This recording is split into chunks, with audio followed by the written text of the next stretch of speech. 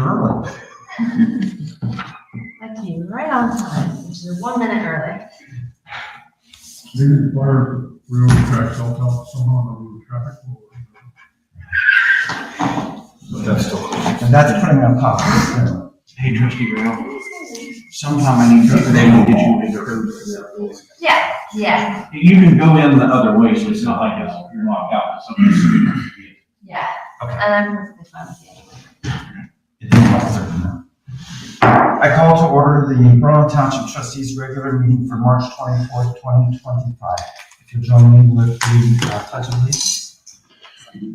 I pledge allegiance to the flag of the United States of America and to the republic for which it stands, one nation, under God, indivisible, with liberty and justice for all. Thank you. Jesse, do you know for sure that door is? I can double check. Please call the roll. Trustee O'Brien? Here. Trustee Mayor? Here. Trustee Board?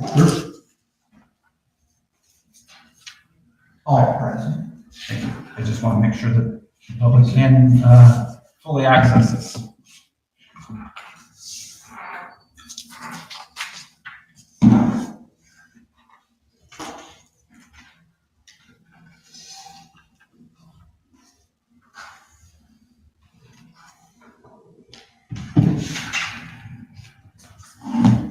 Okay. That takes us to public comment. Any public comment? This would be the time. Hearing none, that takes us to approval of minutes. Approval of minutes, Mr. Chair, thank you, if I may. please. I have sent the revised drafts for the November 25th, December 9th, and December 23rd meeting minutes. In addition to my edits, there are places that clearly indicate to insert an additional document that the fiscal officer will need to provide. Notwithstanding those items being absent, I am ready and prepared to move to approve those minutes with that addition. Okay, so a motion would be in order. Move to approve the November 25th, December 9th, and December 23rd meeting minutes and dispense of the reading, utilizing the ones notated as MBR edits sent to the trustees today, with the inclusion of the documents as noted of insert documentation here. I second, so it's moved by trustee Rail, seconded by the chair. Discussion.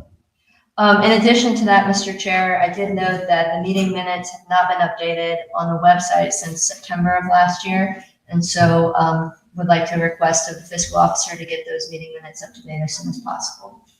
Okay. Thank you, sir. Thank you. Further discussion, please call roll. O'Brien? Yes. Rail? Yes. Board? Yes. I did finish the interview, I just haven't had a chance to proof them yet. We'll get those to you soon. Thank you. That takes us to fire department, turnout gear. Yes, good evening, trustees. The first item I have is for the potential sale of turnout gear that was ordered and issued to Malachi Swanson with his recent resignation. Tri-Townships contacted me and they have an interest in purchasing the turnout gear. The gear was manufactured in April of 2024, so it has 9 years of expected life according to the current FPA standards. It's in good condition with no damage or other issues that would inhibit its lifespan. The gear would cost $5,075. I did attach a quote from Phoenix Safety Outfitters. So I would ask the board for a motion to agree to sell the gear to Tri-Township upon their agreement for the sum of $4,567.50. Again, this is pending approval from their governing body as well. So moved. Second. Moved by the chair, seconded by trustee Rail. Discussion. Just a little quick one. Could you make sure that we've got at our open house, and maybe, I don't know if we can do it at the Easter egg roll or not, but just for the kids to be able to work with the turnout. And the reason I get to that, I can go into quite a bit of detail, but is the kids would tend to look upon that as frightening in their case of fire. And I can see them not coming to a fireman or somebody like that if they thought they had a problem. But if we could get it so that they're familiar with it, friendly with it, and that sort of thing, they'll look upon it totally different. And And that's something we do with our school programs. When we go into the school every year, we do we do dress out for the children so they can see us go from basically this to the, the big scary firefighter guy. We can do that as well at the Easter egg, and we can also do it at the touch a truck. We can do it at the open house. We can do it in any opportunity we have. Would we need any of this gear to be able to do that? Everybody has their own turnout gear. This was ordered specifically for Captain Swanson. So there's, really, it doesn't fit anybody else. It's measured for him, fits him. It's a smart move on our part to sell it to them. That'll allow us to mostly pay for another brand new set of gear. No problem. So I agree on I think that is a purpose of the Easter egg hunt is to get them familiar, because if you're a little kid in the middle of a fire, it looks like an alien coming out and not help. That's my point. And for little kids, it's something that they need to become familiar with. Yeah, we do that at every opportunity we have when we interact with the children. So absolutely, we can absolutely do that. Another point that I would say is because we're considering selling it to another body politic, we don't have to put it on YouGov or have it put out to bid or anything like that. We can just sell it to another. Further discussion? Please call roll. Rail. Yes. Fuller. Yeah. O'Brien. Yes. Motion passes. Next item on surplus and disposal. Yeah, in your report that I provided, I had a number of items that I'd like to have declared as surplus, removed from the inventory and placed for sale on gov deals. Those included 2 metal filing cabinets. One was black, one was tan. A wood filing cabinet, 3 Pelican flashlights, and 1 hydrant assist valve. I'd ask the board for a resolution or motion to put those on, declare them surplus, remove them from the inventory, and sell on gov deals. I'm not opposed to that, but is there any other use anybody else in the township could have?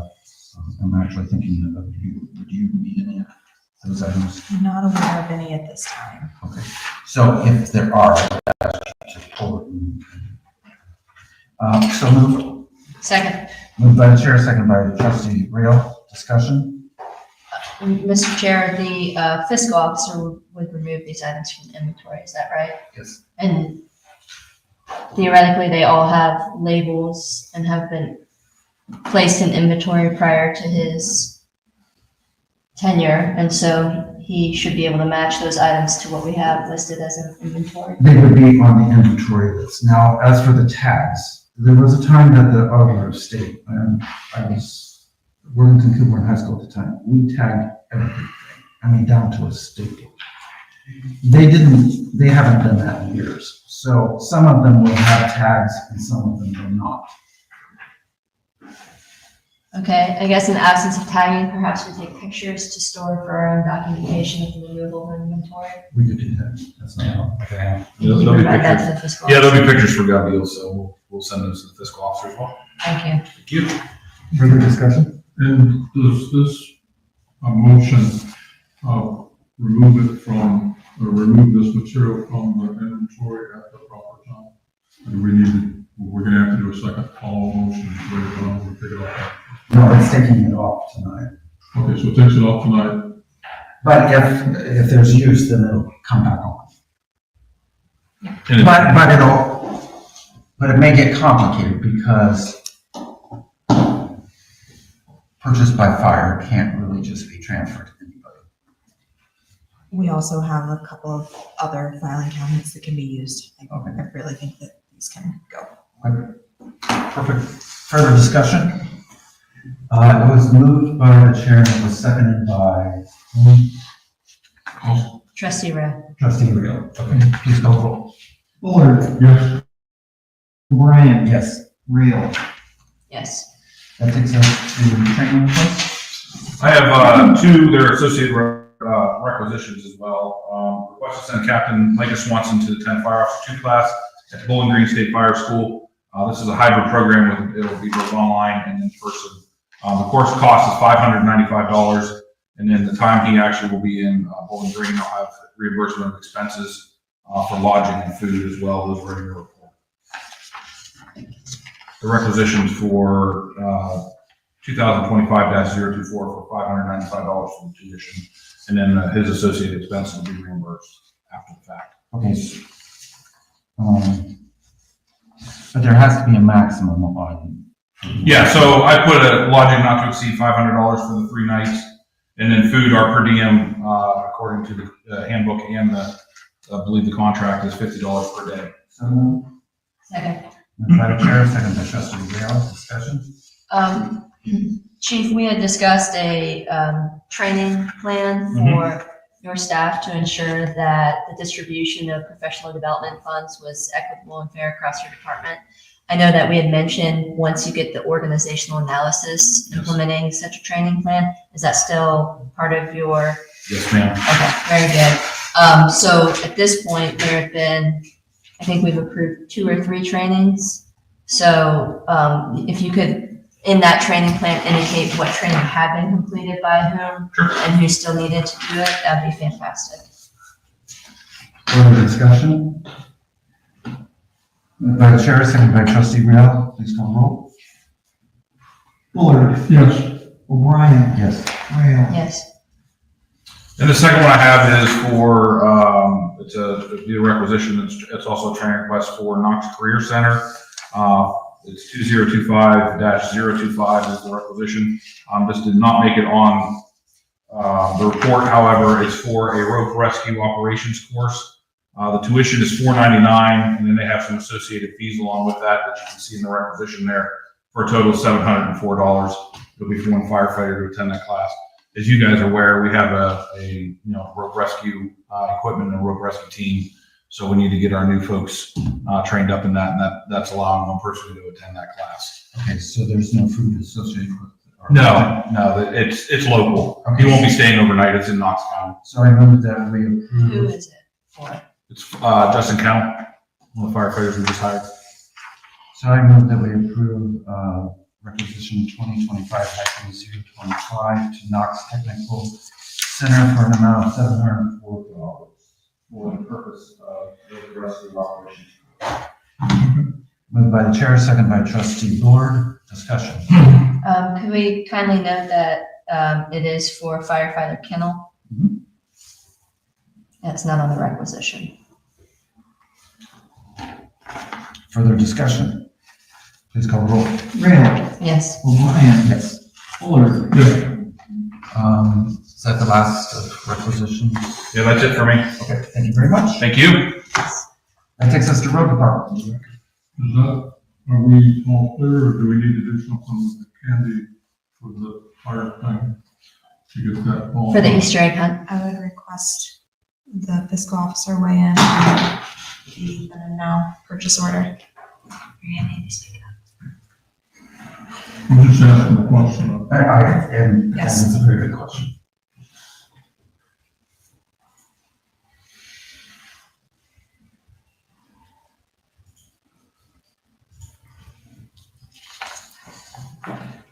I didn't even hear the question for this chief.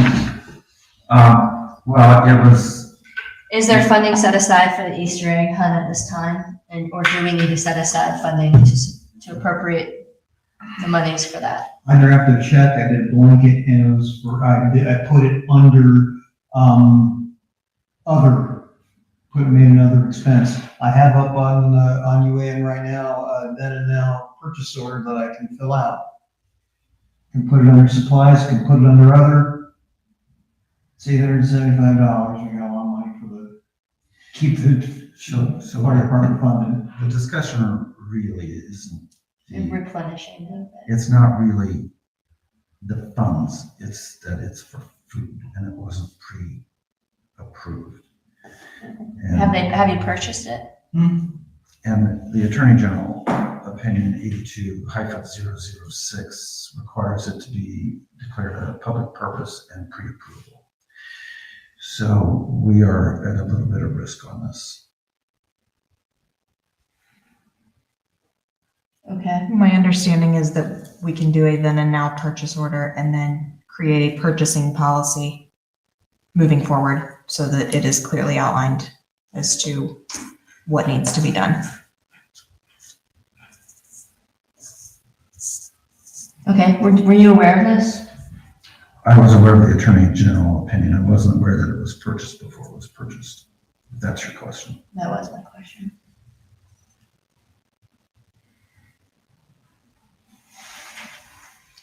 Okay, so we only have a decision to make on a then and now purchase order at this time and the implementation of the policy moving forward. If it has been purchased. So I think the policy is really already set. What we need to do is promulgate the policy, which is the law. We're not changing policy because we can't change the law. What did you mean when you said about policy moving forward? So I did not find it in either the employee manual or in the Ohio Township Association manual where that is stated. And so I was not aware of that. I'm not sure the employees are clear on what that policy is. So educating the staff and writing it somewhere that can be easily found. And I have no objection to that.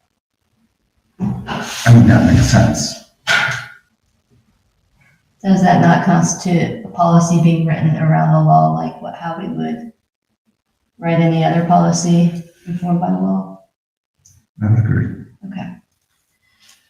Okay, well, glad this has come to light, so we will need to write something up on that and bring that forward, but that doesn't change requiring a then and now, right? At this time?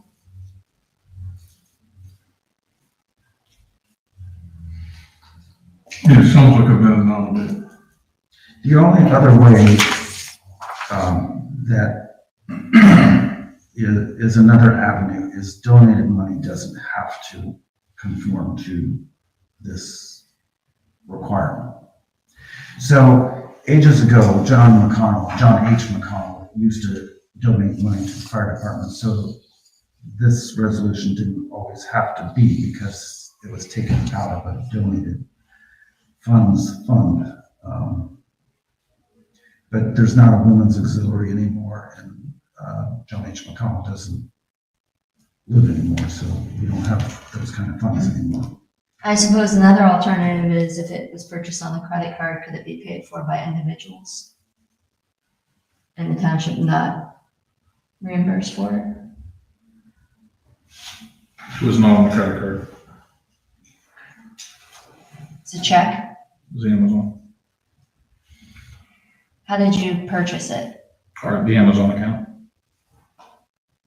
Which is what was done last year and the year before that. Credit, Yeah, right? it's just a credit account that we have through Amazon. Yeah, I mean, it's a, but last year we had a resolution ahead of time. okay.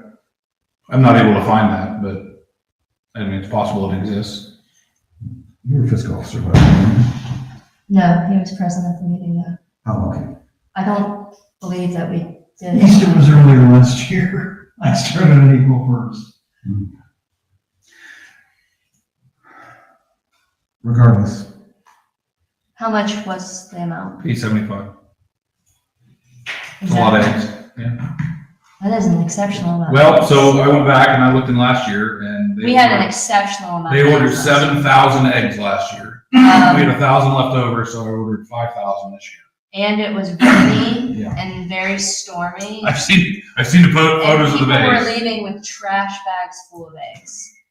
Yeah, I've last seen year. the photos of the truck bays. I'm guessing there wasn't a large turnout, so. Yeah, they had to scatter them inside I'm surprised you haven't found some since you started. Well, they may have been found later prior to me getting there, but by August, I'm sure they were all scooped up. So we did have 1,000 left over from last year, so we did use those.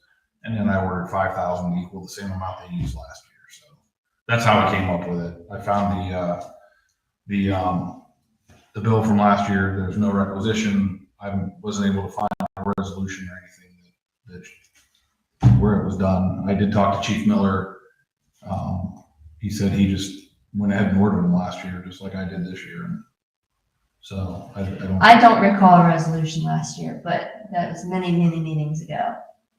I don't recall us allocating that through resolution. And you can be sure that next year I'll bring it to the board.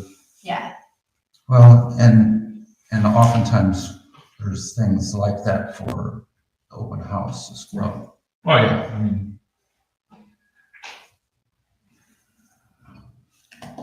Well, first, I think we need to declare that purchase of the Easter eggs is of public purpose, and so I so move that we declare that the purchase of the Easter eggs is a public purpose.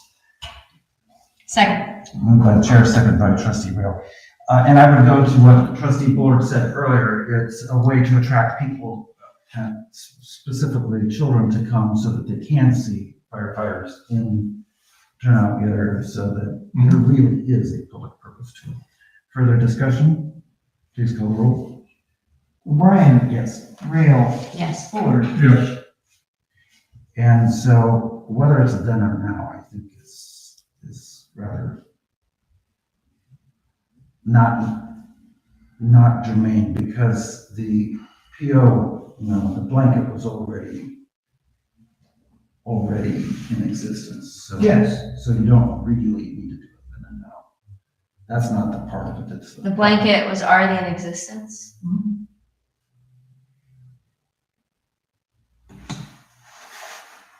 So but we do need a resolution allocating the funds.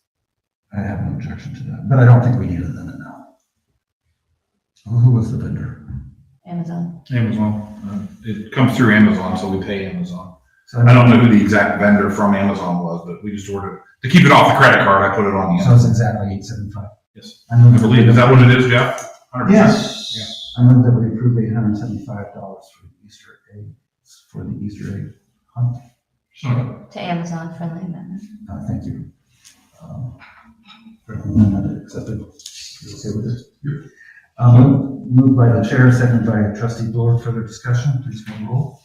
Rail. Yes. Fuller. Yes. O'Brien. Yes. Got just a little bit to add to it. What I think this is saying is that we probably need to do the same thing before the fall open house.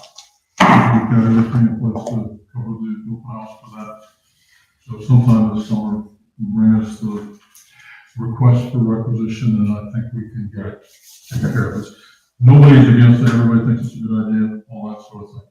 The other comment I would make is I'm assuming that somebody is making sure that this stuff is not allergy, like peanut allergies or any of that sort of stuff, that the candy is something that we won't get anybody sick with. Just a small thing, but Right. one of those things. I don't think that can be guaranteed. I think that instead you could put something on as a notice at the Easter egg hunt to say that Right. candy quality control may contain. Yeah, because the eggs come pre-filled, so we don't even know what's in them. So, I mean, right, yeah. we know what was supposed to be in them, but I don't know what's in each individual egg. So We're have not a stuffing those. notice Right. posted. I'll make sure there's a notice posted of the types of candy that will be in the eggs, and then could contain peanuts. Yeah, that sounds great. As far as the open house, like the fire hats and the things that we tend to get about. So- Yeah, we'll come to that. Yeah, we'll come to all that later. 'Cause we'll need those for the touch truck as well and the open house. So we'll come to that closer to the time. The point is, we don't need to go through this argument again. Right. No. Well, I don't really But think that's- it's discussion. Yeah, I don't think it's an argument. It's just trying to get it right. But Yeah. but those things are different than food as well. Right. But I do think it would be worth maybe just even adding, since it's blanket, PO to the organizational meeting minutes. The organizational meeting. Well, I think, was it at the organizational that we approved the? Yes. Yeah, I think we did. Do we approve the amount? You mean $875? No. No. Yes, the whole blanket, yes. Yeah. Yeah, the Easter egg hunt was approved, that the date and everything was approved with the organization. So. Yeah, but the food wasn't. Right. That's what I'm getting at. Yeah, I'll just next year maybe I'll include that with the Yeah, date. because then Approve a PO for X number of dollars. And we'll just say not to exceed 1,000 for the Easter eggs, and that way it's covered. Yeah, I think that sounds like a great resolution. Thank you very much. Thank you. Road department. Don't have a whole lot, but one of the things that we do have that's not on here is salt. We got a request from the county to purchase salt.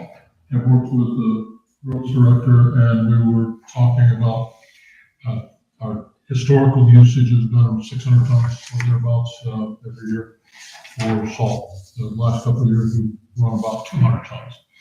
Right now, we've got a bunch of salt in the bin down there. What I would like to do is to use 600 as our, how much we want, and subtracting for what we've got in the bin. So if we've got 200 ton in the bin, we actually ask for, from the county's 400 tons. And Which would be the 600 ton total. is it like, when the county does their bid, they're plus or minus 20%. So they have to take 80% of what they ask for, and they can take 120.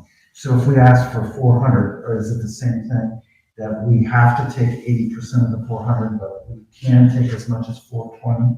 That's a very good question that we don't have the answer, that you haven't asked the question. Please don't move that.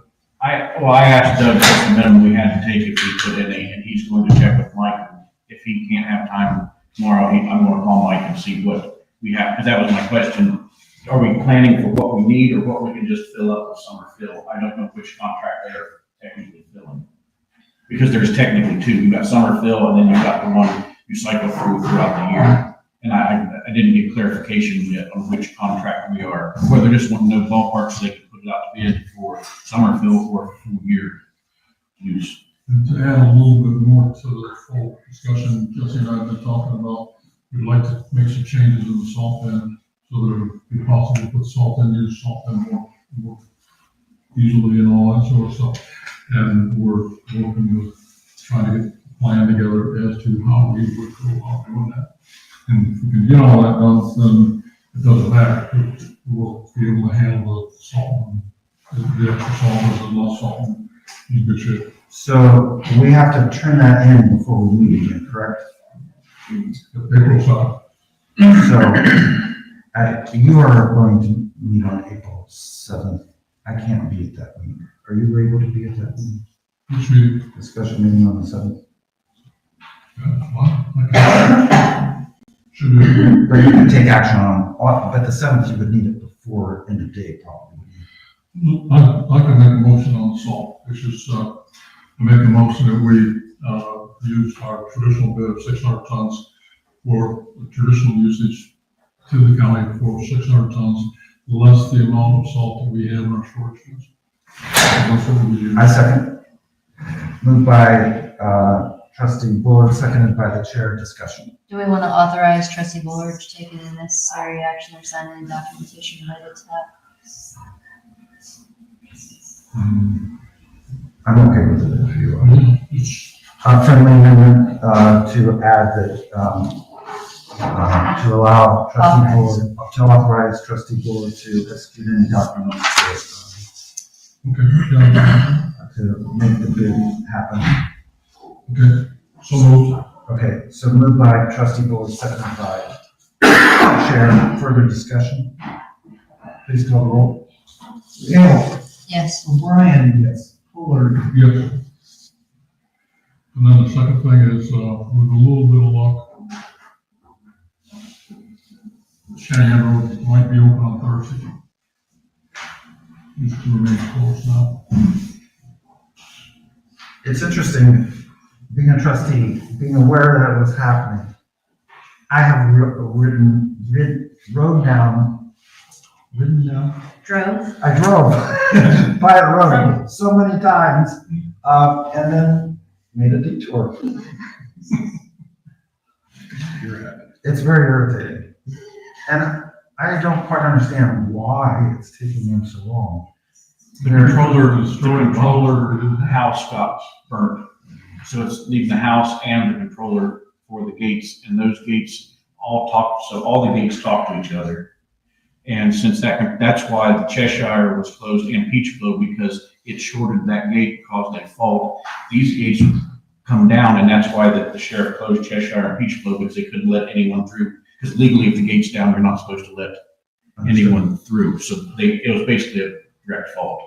So Cheshire Road was closed, Peach Blow was closed, and Champaign. And Lewis Center, And and Orange. Orange was closed for house fire though. All at the same time. was a busy day. I bet Old Angie was very pleased. I would imagine some people had to go home and They don't almost have to go to 36 or Yeah. Powell Road. it was a long day for transportation. It'd be good to get the overpass and underpass. But with a little bit of luck, Thursday, we might have a road map. Thank you. Okay. Anything else for roads? I don't think so. I think there is one more thing. Well, that's for cemetery, I think. Oh, Okay, so next item, cemetery. Okay, first item on there is a requisition for,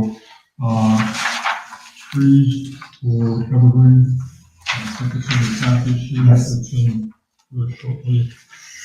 And with that, I would like to make a motion to approve requisition R03-01 to Myers Green Services for one planting of trees, in the amount not to exceed $4,923.99. So moved. Second, moved by trustee Lord, seconded by the chair. Discussion. I appreciate that there's a 1-year warranty so that if it doesn't hold up to the salt conditions in that area, Yes. we'll be able to, I think you have to make certain you save that receipt. And quote, so. And I do see the expected actual cost is $4,476.35. Yes. Further discussion? Please call the roll. Fuller, Yes. Rail, Yes. O'Brien. Yes. Next item is handling of checks and cash paid to Sexton's. I'm not sure, did I ask for this one?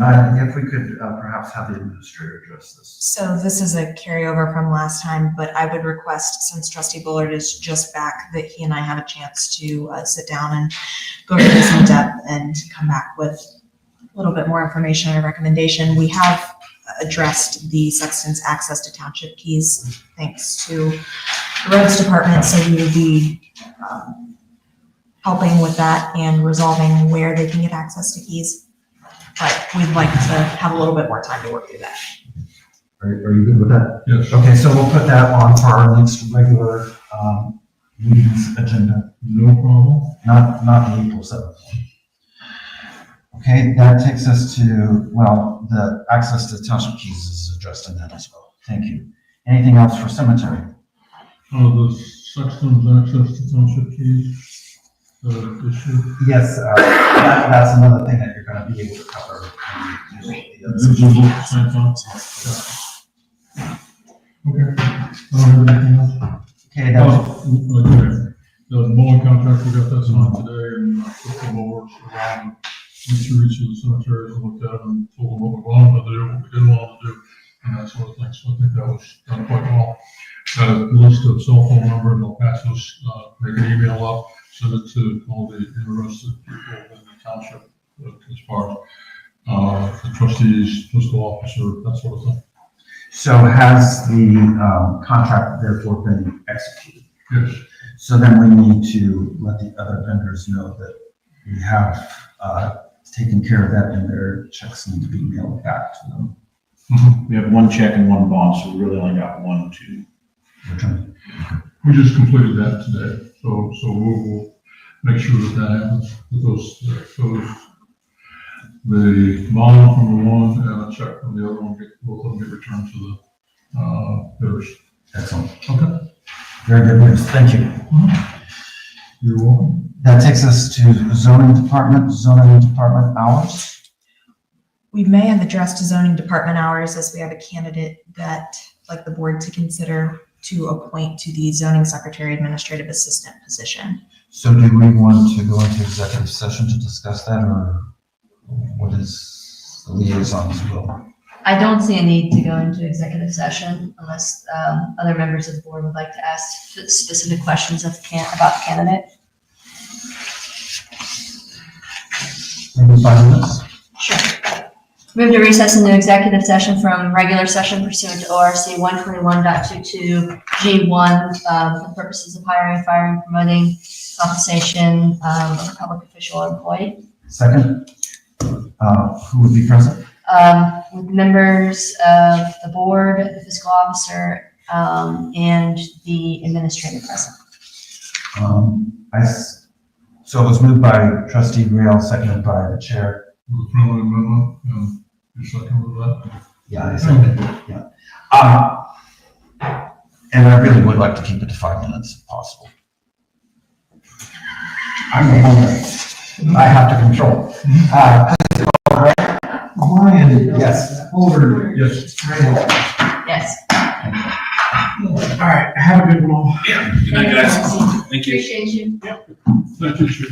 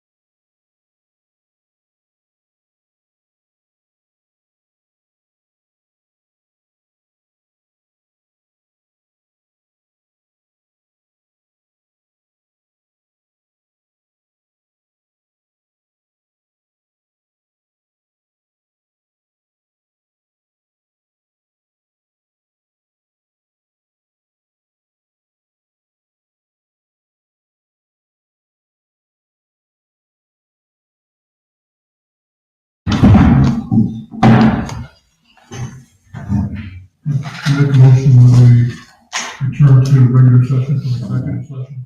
So moved. I second, moved by trustee Brewer, seconded by the chair. Discussion, please call the roll. Fuller, Yes. O'Brien, Yes, Graham. Yes. we are back in regular session. We did have an executive session, no decisions were made, no actions were taken. But we are in zoning. Do you have a quick thing before we go into our time certain? Yes, thank you, Mr. Chair.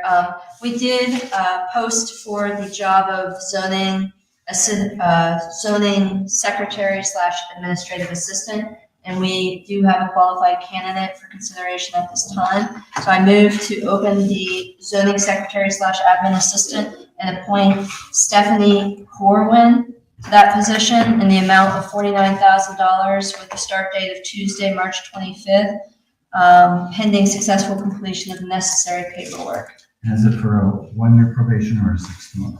Thank you, Mr. Chair. 6-month probationary period.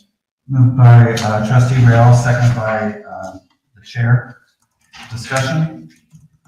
Please call roll. O'Brien, Yes. Rail, Yes. Fuller, Yes. We do have a 6:15 time certain BZC case 24-004. I call to order BZC case BZC 24-004 amendment number 1 to order. At this time, we will,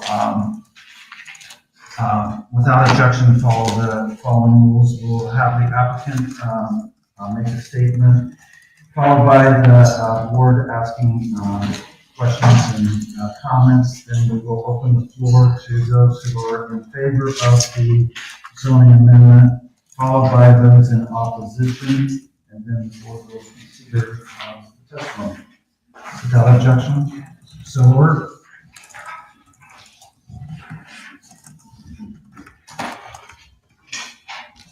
These are the same plans that are in the document. That was the application. All we did is put some color on it, so it's a little bit easier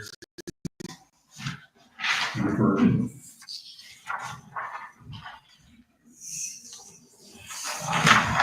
Good evening. My name is Tony Ironman. My address is 1907 River Road, Delaware, Ohio, 43015. I'm here this evening representing the Shire. There are several people here. We'd be happy to answer any questions, as will I. This evening's application, or the application made in February that we're here for this evening is not a zoning amendment, so to speak. It's simply a clarification.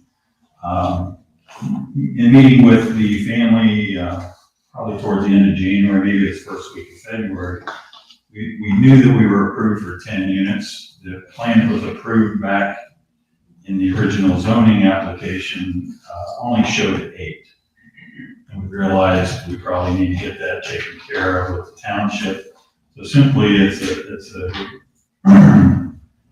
clarification, if you will, of the approved zoning. We're not asking for any changes from the approved zoning amendment. And the plan that I handed to you tonight, the 8 units that are shown in gray were the units that were approved. The other 2 units were not labeled as dwelling unit 9 and dwelling unit 10, which would take us up to our maximum allowed 10 units approved on this site. And we're in the process. Actually, we've gotten our final engineering approved. We've had a number of issues, including about, unfortunately, none of them have been very good situations, but it was just about a year ago, we had a tornado come through and the site took quite a hit, and that and a couple other things we've been dealing with since. We're still planning on moving forward with the development of this, and this clarification of these extra 2 units helps us get things squared away before we get started.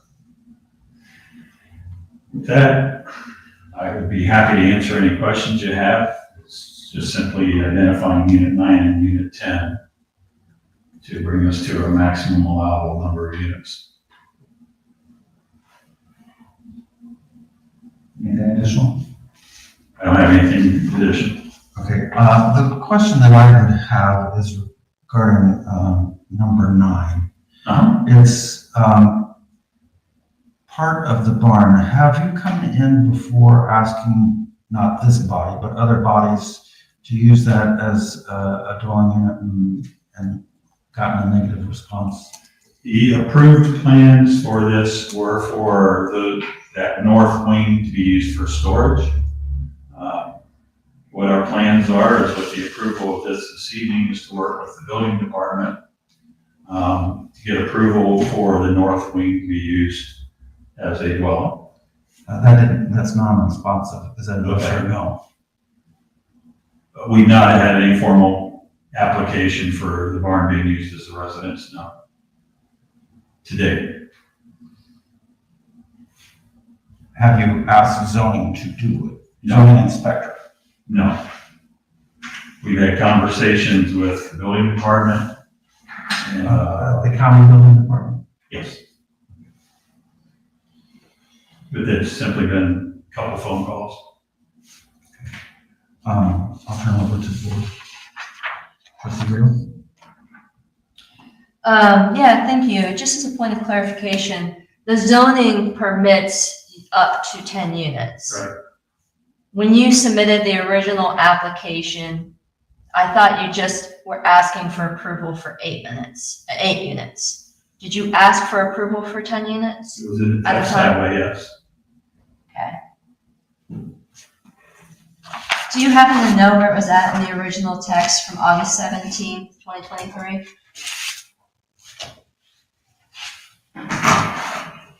Because it lays out the plan of the building of each of those units, Right. and it does not go up to 10 units being approved. Oh, the approved text that was after the amendments and everything, October 17th, 2022. Page 1, Okay, too, thank 1802, which is permitted uses. Paragraph A, got the second reply paragraph down. you. What page? Page 1.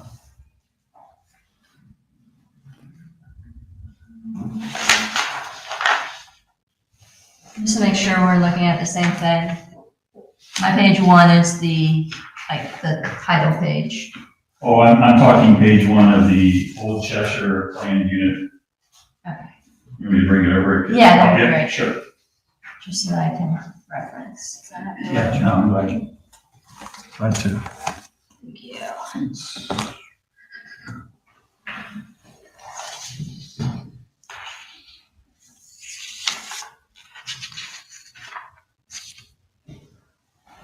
In the dark is our response to the. Okay.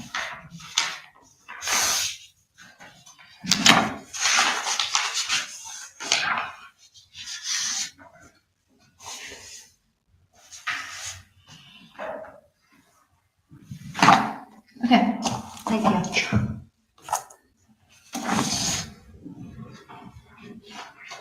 Mr. Chair, the one thing that I wanted to confirm was that the VZC at the time, because as you know, for the OCPUD overlay, that was not indicated before the Board of Trustees at the time. The new zoning resolution has changed that process.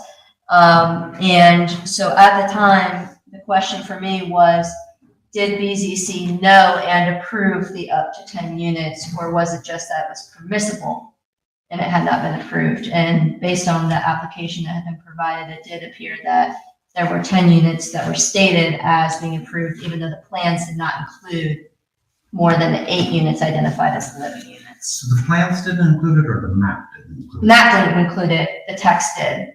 Text said up to 10 units. And that's a key difference to me, because the map did not show it, but the actual application they requested was up, that was approved, was up to 10 units. So really, the question before us is where it is located. Is that what we're really saying? Is this? The original map provided, correct me if I'm wrong on any of this, please, Tony. The original map provided showed 8 units And then it had a barn approximately around where unit 9 now is located, right? Yeah, the preliminary development plan, Yeah. a better term, of the conceptual development plan, showed 8 units. And the text itself showed up to 10. We did identify the barn as a separate structure from the approved 8 units. We also had the workhouse, or basically the storage house, as another separate structure, as well as the existing greenhouse and the garden area and ponds and things like that. So what is the construction materials of 1 through 8? 1 through 8, Units 1 through 8. it's typical house structure materials. I mean, are you asking the exterior? Is it still in compliance with the approved plan? And it Oh, wasn't, Yeah. it's not, it technically, We're not. we're talking about like it was a preliminary, but because it was an overlay, it was a final Right, approved plan. So I just want to be clear on that. So this is not, I don't even know that this is before us as an amendment to the text. I think it may be because no divergences are requested. I'm not even sure it's a consideration for a minor or major. I think it's really about the location of the building, which may create potentially a major or minor change consideration. But I'm not sure that that's an amendment to this text. See, the concern that I have, and I don't know the way that we can address this here, is what is this material of the barn? Because if it is the same materials as 1 through 8 that was already approved, I don't really see an issue. But if it's a different material, I have a concern that it's being connected to this barn. I understand. I'm and thinking appreciate fire. it. Yeah. Has this been through the fire department? The fire department wrote a letter of approval back with the original application. We've not. But if 9 and 10 was not on there The barn and the. as a As a living barn. unit, because they Yeah. evaluated differently. Right. So has that gone through fire? We've not contacted them about this, no. So is the materials of the barn different than 1 through 8? The barn material is different than 1 through 8. The barn material, the exterior barn materials are wood. Yeah, see, I don't know. It's a treated wood that is made to look like a, I'm not a fire expert, but I would want a fire expert's opinion, quite frankly. Well, and my thing is, I'm not sure that this is an amendment because an amendment would be a request for a change to the zoning application that was approved. And this isn't, I think that this is a major minor consideration. And if it's a major minor consideration and we say, yeah, if you make the condition that the material of units 9 and 10 comply with units 1 through 8, that's perfectly fine because that was what was approved by fire. But if you use any other materials other than that, then it is within our purview to request that fire review that as a minor consideration and bring back before the board. Because I'm not a fire expert. I don't purport to know whether that's okay or not. Right. And I don't think I should. I think a fireman should make that determination. But and what fire had approved was the material for units 1 through 8. And if it were that material, then I'd say my question is Okay. inappropriate. But if it's different, I think it's. So the question before the applicant is, can the applicant commit to units 9 and 10 being the same material as units 1 through 8? Or if it is different material, will the applicant provide a letter from fire indicating that the differences in the material are still safe for human occupancy? what I'm doing right now is I'm looking through the zoning text to see where it got into the architectural materials. The original approved? Yeah. But I'm not doing it in the sense of, I'm considering, my concern here is safety, not, Oh, I understand. I understand completely. Yeah, I'm, because the barn may be a better look. I mean, I might like that better than what the other things are, because I didn't go into the materials. But I'm just saying for approving this, Right. I want the fire department's stamp of approval, is really all I'm saying. The first question is unit 9 and 10 going to be the same material as units 1 through 8? And that's, before I can say yes, I need to find where it says it in the zoning text, because if it were one of your standard zoning classifications, I'd be able to sit there and know what page it is Sure, immediately. yeah. It's not very often that you get to have the opportunity to work with the old Cheshire PUD. But, That's true.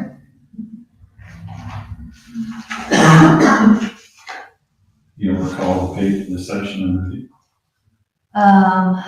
Let me see if I can find it a little quicker than you with the search here on it. Yeah.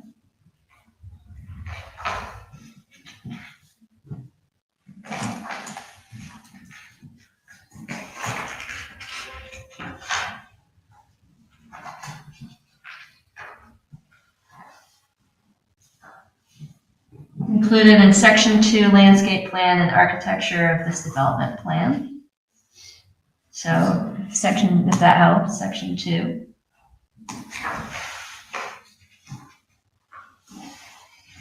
And then-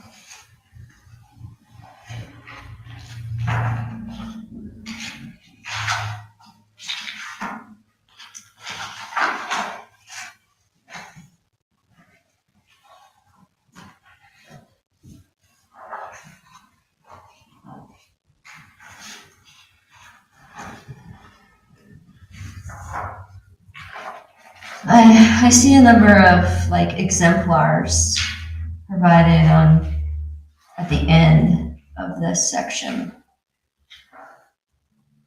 And I don't see specific material identified.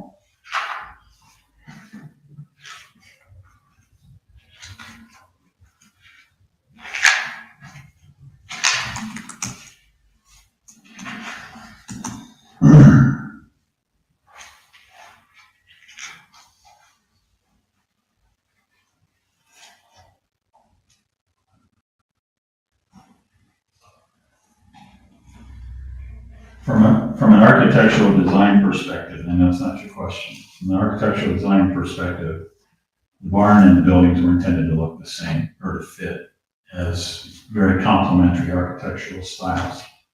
But I'm not worried about that. No, I understand. The materials that were not really defined in the approved zoning for the houses, so I can't really answer your question. But the fire department approved 1 through 8, right? Yes. And just not 9 and 10?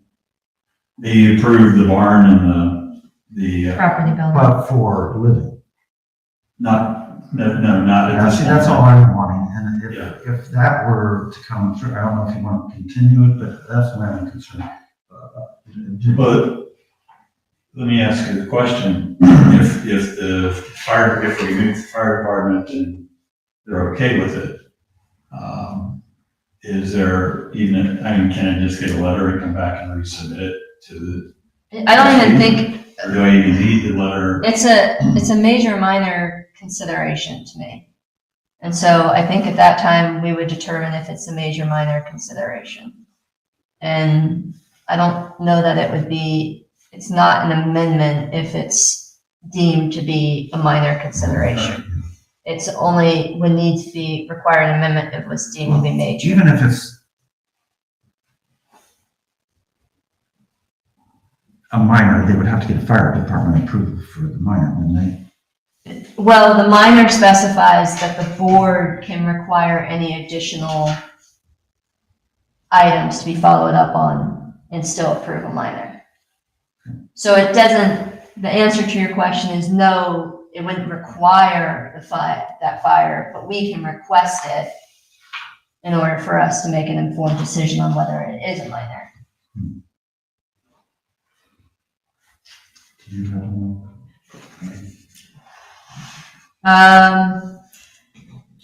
I just had clarifications more so than anything. So, I'm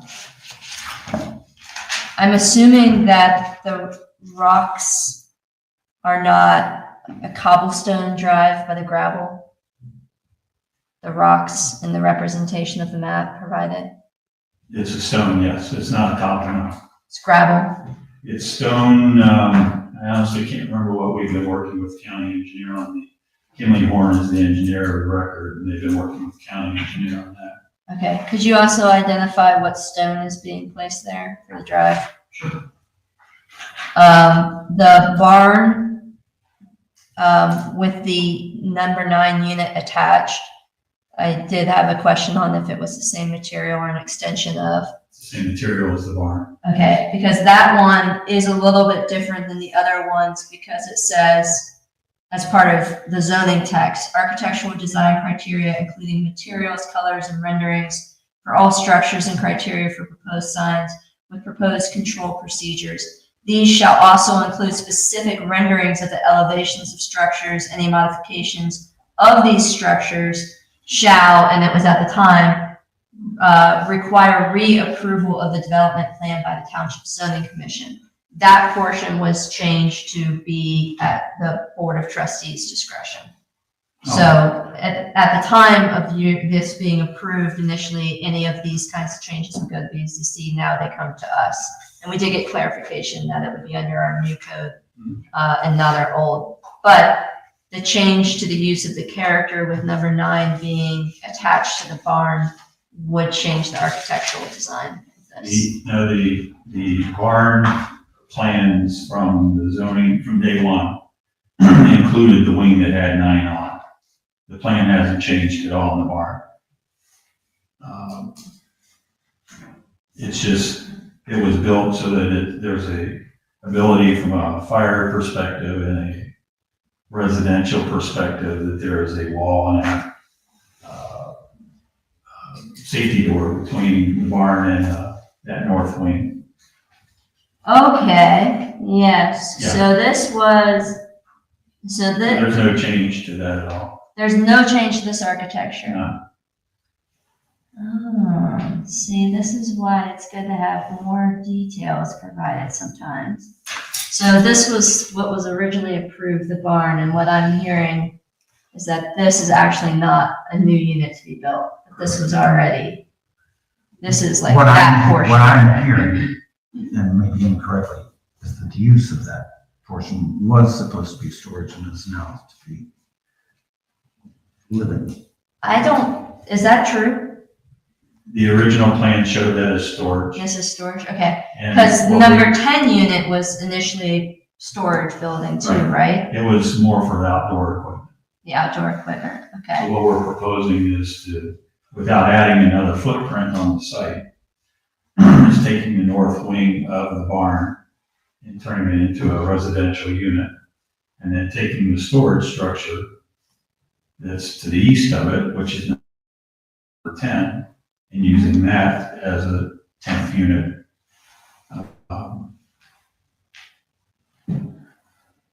That's our intention. And in order for us to work with the building department, we need to have a site for number 9 approved as a residential unit, so then we can go to the building department and work with them because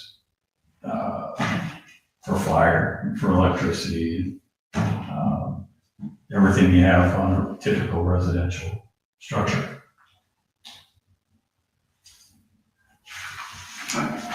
Okay. And then unit 10, I guess I might as well ask for clarification purposes. The designs that were included in the initially approved application show, we won't call them like small homes, but like, it looks like maybe 1,500 square feet or less. There were like 3 or 4 different models. 1, 2, 3, 4, 5. 5 different models included. Is that what you envisioned for unit 10? Those were, yeah, So what those is were that? examples of what the units may look like, yes. Or may, oh, very dangerous. May means, you know, like I said, you may build a $10 billion house there, but you may not. May means nothing. The number of single-family subdivisions in Berlin Township, the builders don't come in with the approved plans at this point. At the zoning. As you know, as I've already said, it's different what you guys had approved because you guys had an overlay, which means that the final product needs to come before us. Unlike many, many other applications where they only have to bring in the preliminary before. Now, we've changed it so that we're a one-step zoning so that everyone actually has to have the materials in the plan to have it approved. We can provide the materials if that's what you like. As far as finding 10, or say nine potential buyers and having them agree to the homes that have been approved through here, the exact elevation and floor plan, a year after the zoning approval is pretty tough. And that's not what we ever ask for, though. We ask for the structure, architecture, materials. We don't ask for specific layouts other than the type of houses, which I know you're familiar with. So Sure. we've already approved these 5 style of houses. And of course, you're familiar with the fact that we don't do the snout house style, the different kinds. And so what Trustee O'Brien's point is here is when it comes through, if you can say the homes shall instead of may look like one of these 5 styles or include these materials, have these specifications, porch, side load garage, those kinds of things. That's a common expectation that we have on anybody coming through something. No question. Okay. Just for clarification though, when we made the application, we went through the zoning commission with this and we responded to everything they asked for. They never asked for the materials. Wasn't something that we would have forgotten or not included in the application. It simply was, we were responding to a lot of different things. And they asked for it, so we included it. We can come back and add the materials and architectural styles if you want to do that. We can add that, no problem. Well, I think it sounds to me like for the board to make an informed decision on whether or not it's a major or minor consideration, we'd want to be able to align the materials of units 9 and 10 as what was approved or similar to. And we don't have the question of density, if you will, before us because it was approved for up to 10 units. What we have is a question of the safety for units 9 and 10 for you, as well as the similar architecture and style in keeping with the character. And I can send you like the list of what's considered major, minor modification, but location of buildings isn't one of those things that's considered a major, but changing the character or creating safety issues is. Let me ask you a question. Because the barn is included in this app and the original OCPV application that was approved.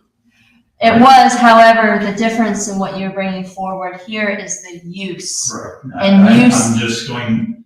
I mean, if you want to go down that line, technically use can constitute a major change, which would require you going back to the start of the process. However, if it's still keeping in the character and spirit of, and the fact that you had 10 units already planned, Right. and that's just me, it might not be my colleagues, would consider it a minor use. However, use change can trigger a change that is a major.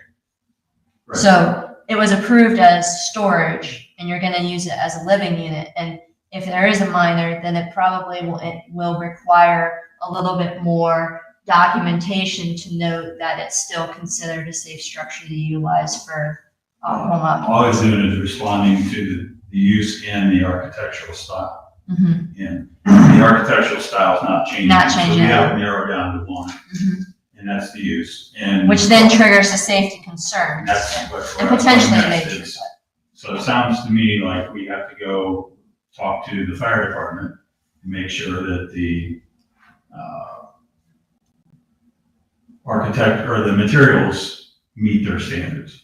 Well, they just have to approve that this Right. is a safe. Right. And I'm also kind of curious with adding additional units and having a gravel drive. You know, I'm not sure if that's gonna have any implications for a fire truck being able to I get know, I down. know the engineer has been working with the fire department, and That's great. understanding the engineering has been done for several months. Shortly after the tornado, probably. But we would want fire to say that the addition of these two Right. units, the fire truck is perfectly fine to get in and down this gravel drive to be able to service these Right. units.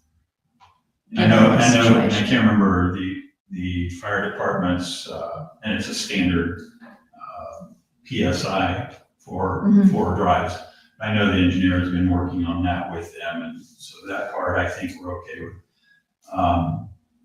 The purpose I was bringing this up is all I want to do is narrow down exactly what we need to respond to, so that we can come back to you, very shortly, I hope, and have this resolved, so. That sounds great. It sounds to me, and Trustee Bullard, I'll let you ask questions too. It sounds to me like so far what we need is the fire department indicating that the driveway will be safe for the truck to service, that the safety of the change in use of the barn is an acceptable change of use for fire, and that the material used in Unit 10 will be the same likeness and material used in Units 1 through 8. So those are the three items we have right now. Trustee Bullard, did you have anything? Great. Just a quick question. Is this lot serviced by gas, natural gas? No, it's down the street, it does not come out. That's what I thought. That was just a question.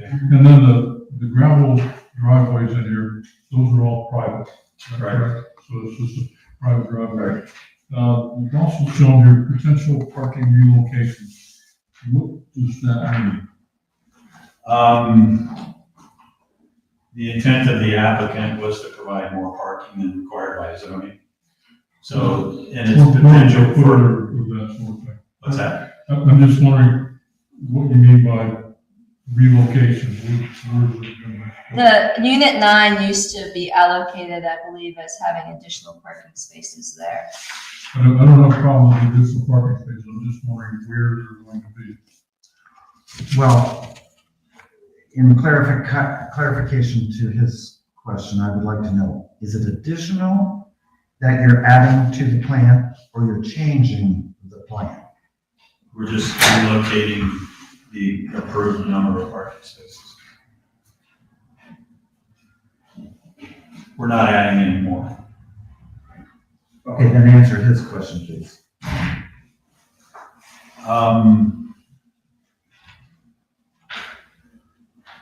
The additional parking, or the relocate, I'm sorry, I said the word wrong. The parking relocation will probably be tied closer to the drop-off area, the portico at the building, at the barn. So where, It makes sense. I just, Yeah. No, well, it's a that good might make question. sense, where's it coming from? I'm just trying to figure out what this means because it's being put in there somehow.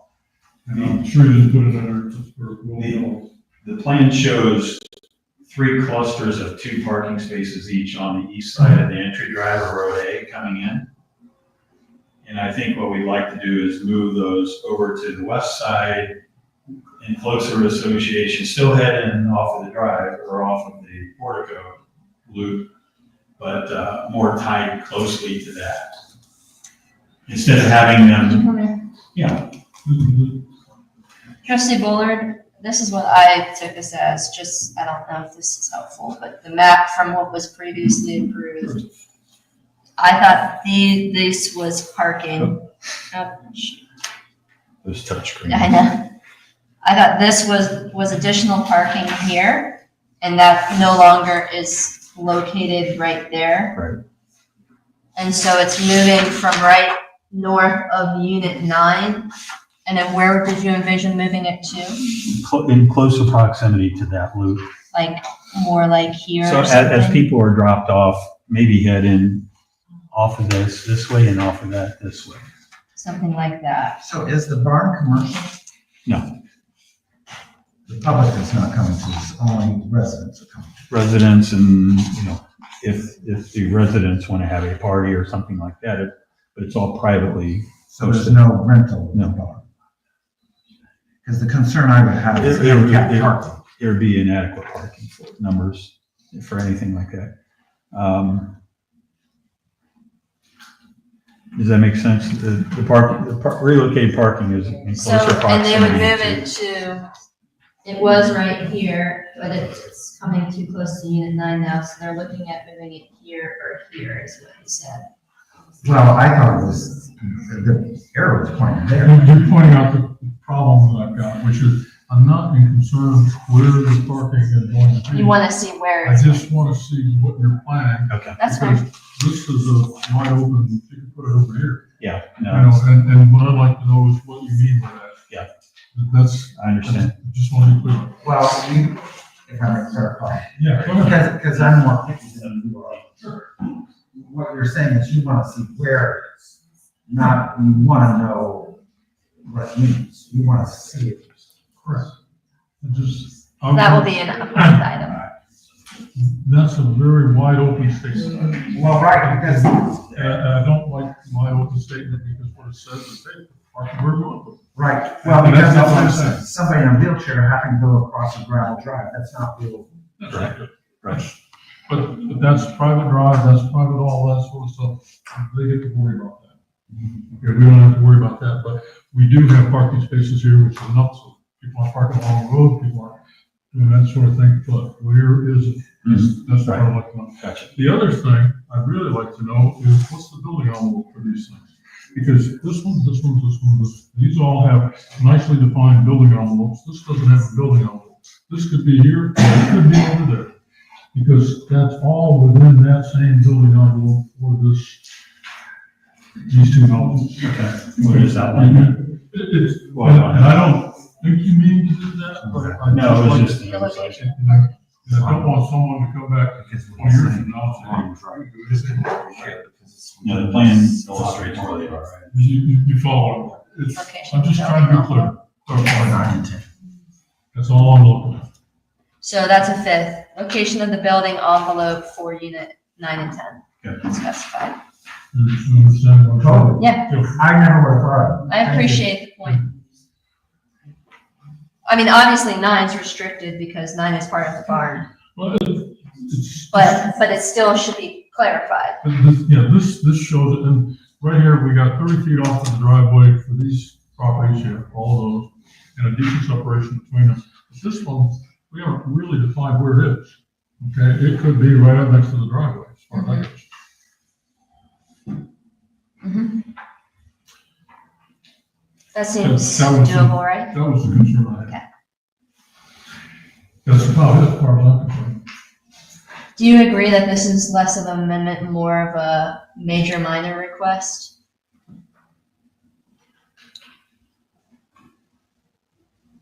If those were clarified, I wouldn't have a problem with going ahead.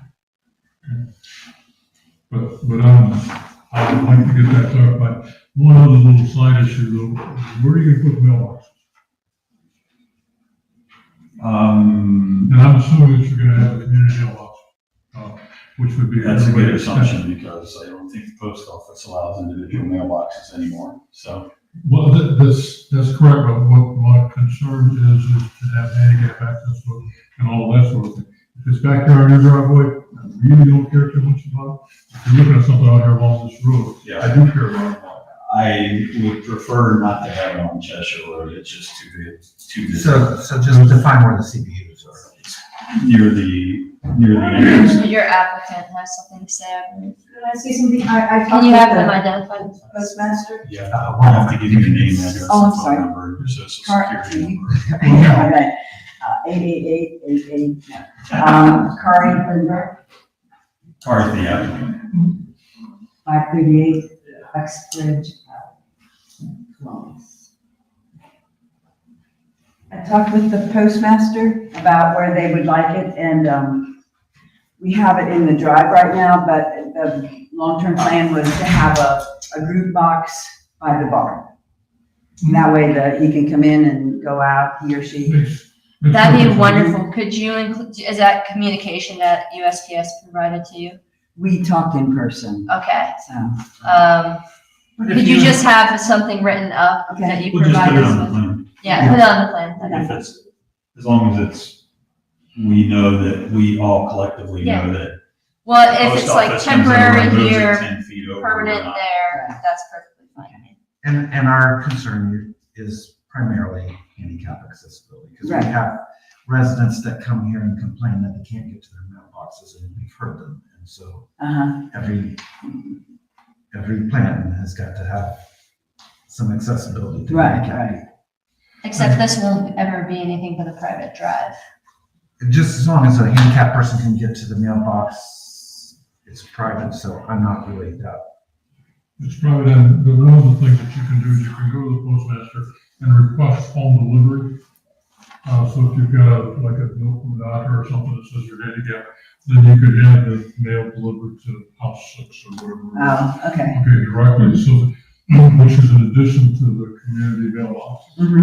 But they didn't, when they put the community mailboxes in place, they didn't take away the home delivery for handicapped. That's good. And I the didn't issue know. oftentimes is those that are temporarily handicapped.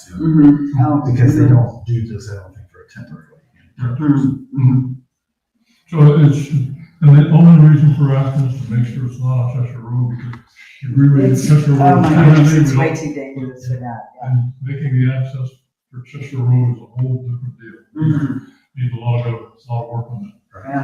But anyhow, back to the, if you can put the other things in place, I don't have a problem. I don't either really do. So as long as you do those things that we've outlined, I don't. Actually, you should write up the list yourself, because it's what we'll need to consider it, and it would be at the applicant's request. I've been busy responding to. Yeah, everything. you're not getting my handwritten notes. So go on ahead and write it down now, and I'll give it to you. All right, so we have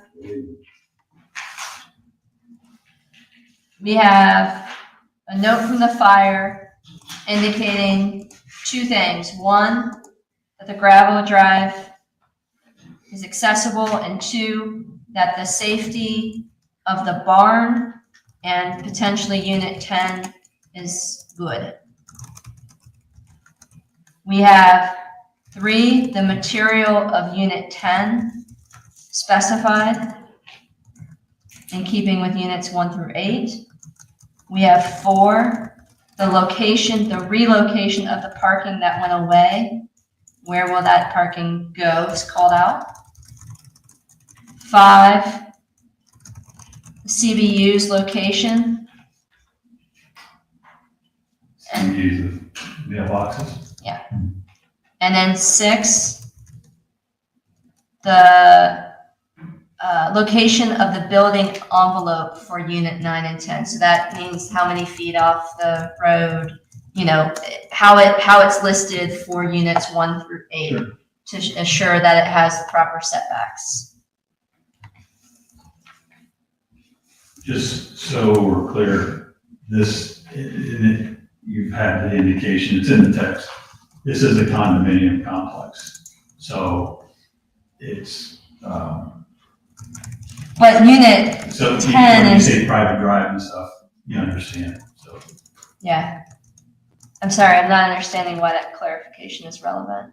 What do you mean? Well, everybody's referred to this as being a private drive and everything, the setbacks really are public setbacks are defined by The the text. public road in the text.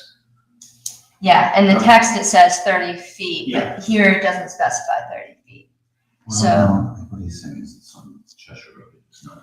Oh, but here the units at the private roads still specify 30 feet. So what we're asking for is the commitment to specify what Right. they are. Right. Yeah. He's just The saying. barn has a dimension on it off of Yeah. that service drive of 24.75. Yeah, and I think that was already, Yeah. that's From it. before, right? But other than that, we're good. yeah, it's more about saying where it is going to go, and then that way we can compare it to in the final product. Yeah, it might affect building 10, is really what I'm sensing.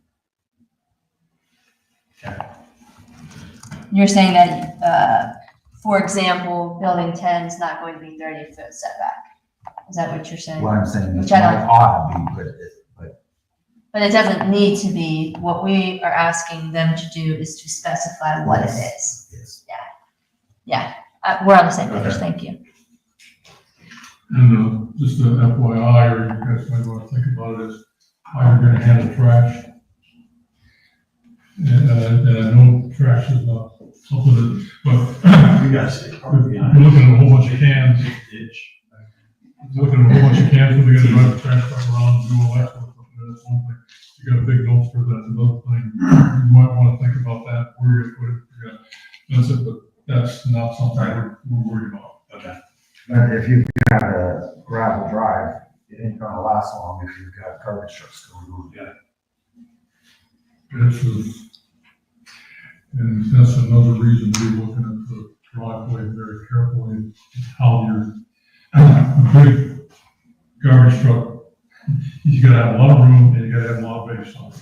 So I was working with, putting the driveway in it, and I was a firefighter for 33 years and drove a fire truck for 20 years. Well, the fire truck and emergency vehicles we're very concerned about. Yes, The yes, trash truck, that's something we're gonna worry about. right, no, and the drive is built to handle anything. You wanna be able to handle that, and besides, I think we're gonna be moving in and out, they're gonna be bringing semis, and moving vans, and big trucks, and build the place, and put the vehicles in there. That's all your problems. Yeah. Because those are all your roads. Yeah. Things that we don't have to worry about, we've got standards to help us worry about that, for other developments, but you guys chose to take that along. Thank you. So you have what you need? So would you like to recess and continue this to 2 weeks out, or do Well, you wait, need more one time? moment, one moment. Before we do that, I'd like to take public comment. You want to do that before we get there? Does the board have any other questions or anything? No. So we do have a 7:15 time certain, and so, we will take public comment as long as people want to talk, but, we will recess this one at 7:15 to move on to our next one. And if people want to continue the discussion, most, we would welcome it, but it will be at the next meeting. So at this time, for those who would like to speak in favor of the proposal, Mr. Chair, since matter of operation here, since it's actually not an amendment, it's actually not a hearing. We can still do public comment, but it's actually a major minor consideration, which historically we have a little bit of a different operation procedure for. understood. That said, I have no objections to Okay. doing it in a amendment manner. Okay, so hearing no objection, I'll take public comment in favor at this time.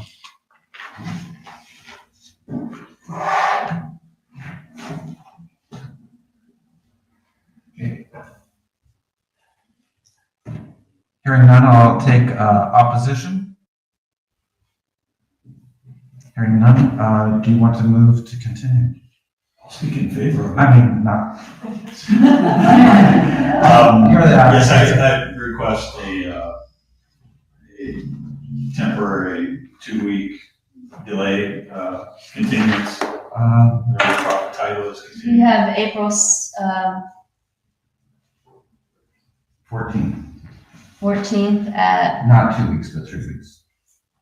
because it's the 2nd and 4th. Oh, okay, Do we have 6:15? So you're requesting, yes, please. Do we have 6:15 open currently? do you know if there's a time certain already? 4:50.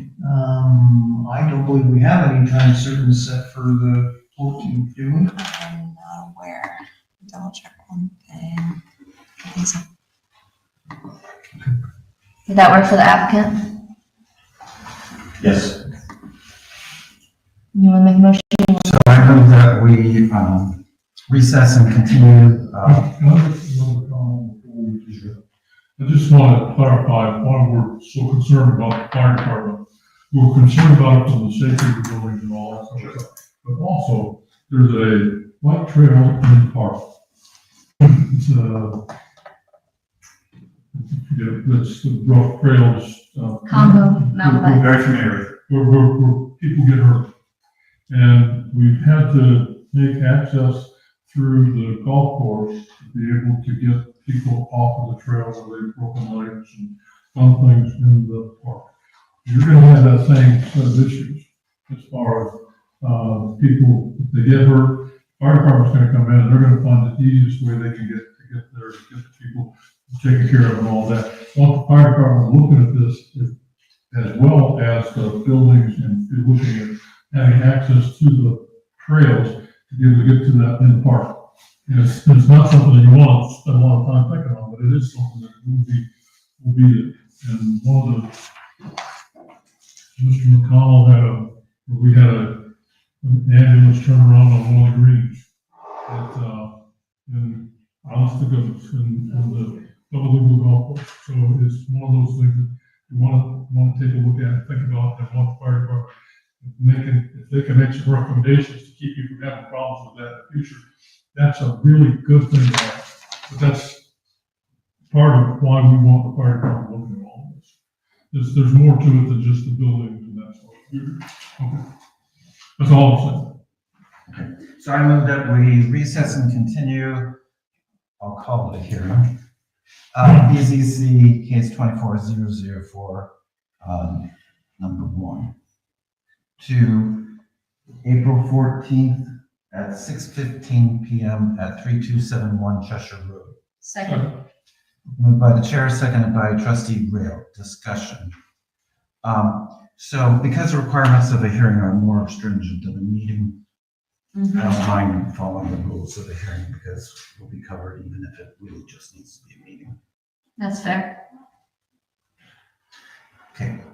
Further discussion. Please call roll. Rail, Yes. Fuller, Yes. O'Brien. Yes. So hearing BZC 24-004 number 1 is recessed. We'll continue our meeting. That takes us to,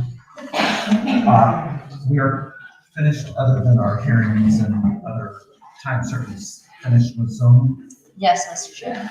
I think that takes us to fiscal officer. I did not bring a payment list.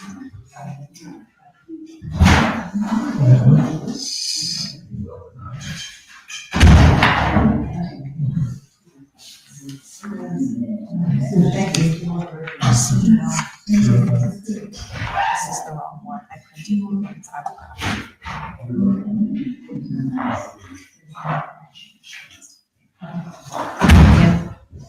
Thanks for the packet. Progress.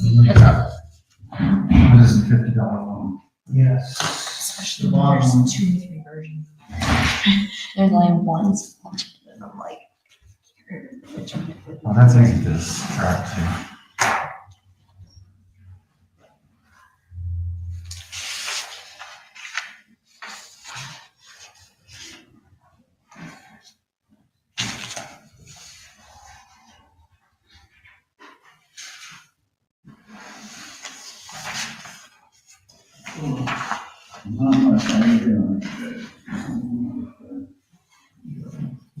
Would I like them?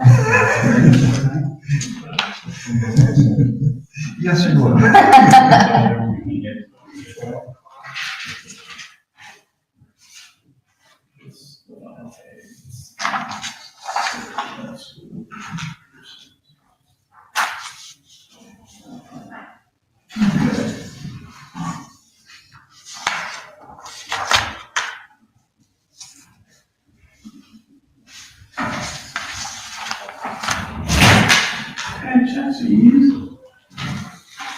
No fashion kind. I move that we approve, deposit pay file report dated 3/21/2025 at 4:42 PM.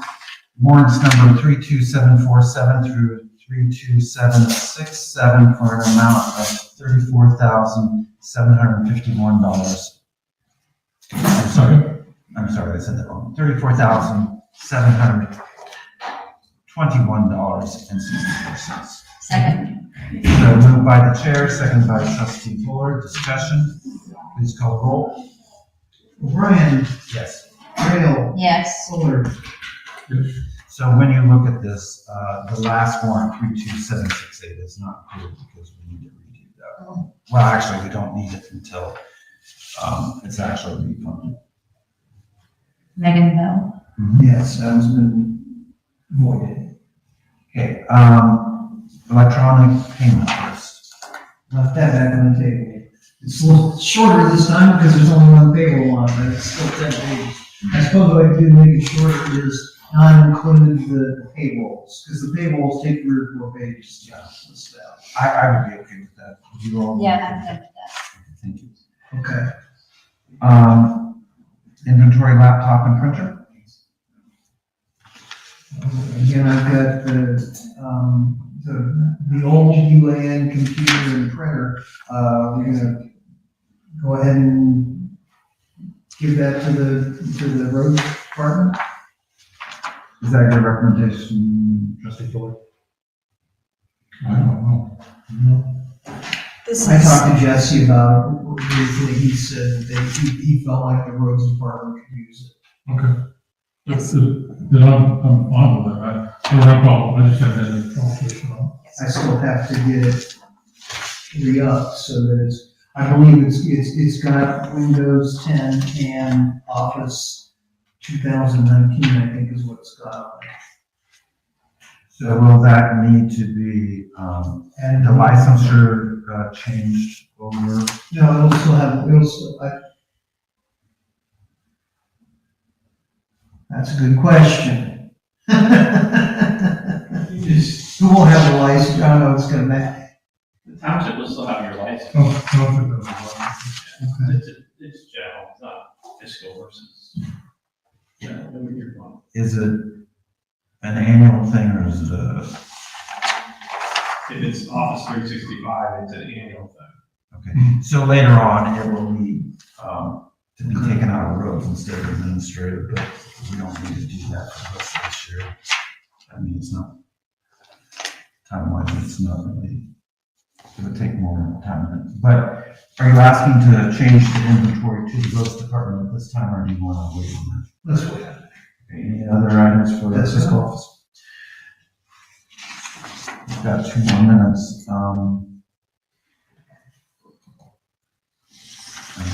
Probably can't do the next item in 2 minutes. Can we do OTA membership update in 2 minutes?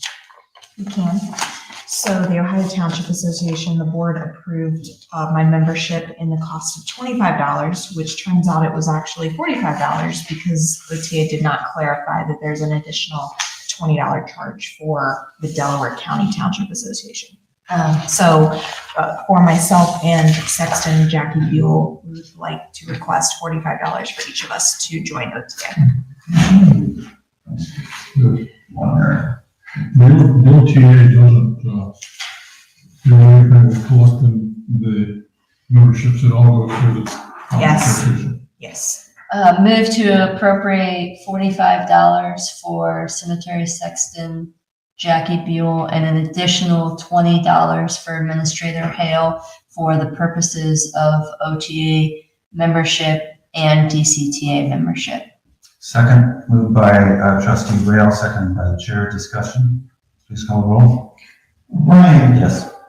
Fuller. Yes. Rail. Yes. And down that same vein, very quickly, do we have the educational license that we approved available to We do. township employees? Yes. Great. Yes, anyone who is a member.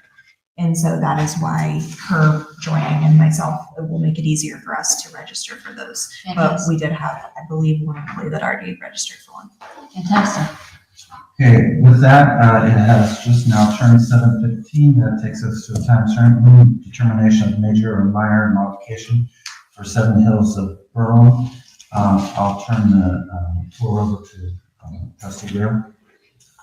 Thank you, Mr. Chair, and in keeping with standard procedure, if the applicant wouldn't mind going through, and I assume you're familiar with the major, minor articles, conditions of, and speaking to each of those very briefly, then the board will have any questions, and we'll move forward from there. Sounds good. Please proceed. We're going to, If you identify yourself, please. my name is Mason Moore. This is Todd Ferris is here representing with me. So the major minor modification that we are looking to do for 7 Hills of Berlin is a side setback modification on homes with side entry garages. Currently, the setback requirement is 5 feet from the driveway to the property line and 12.5 feet from property line to our building pad.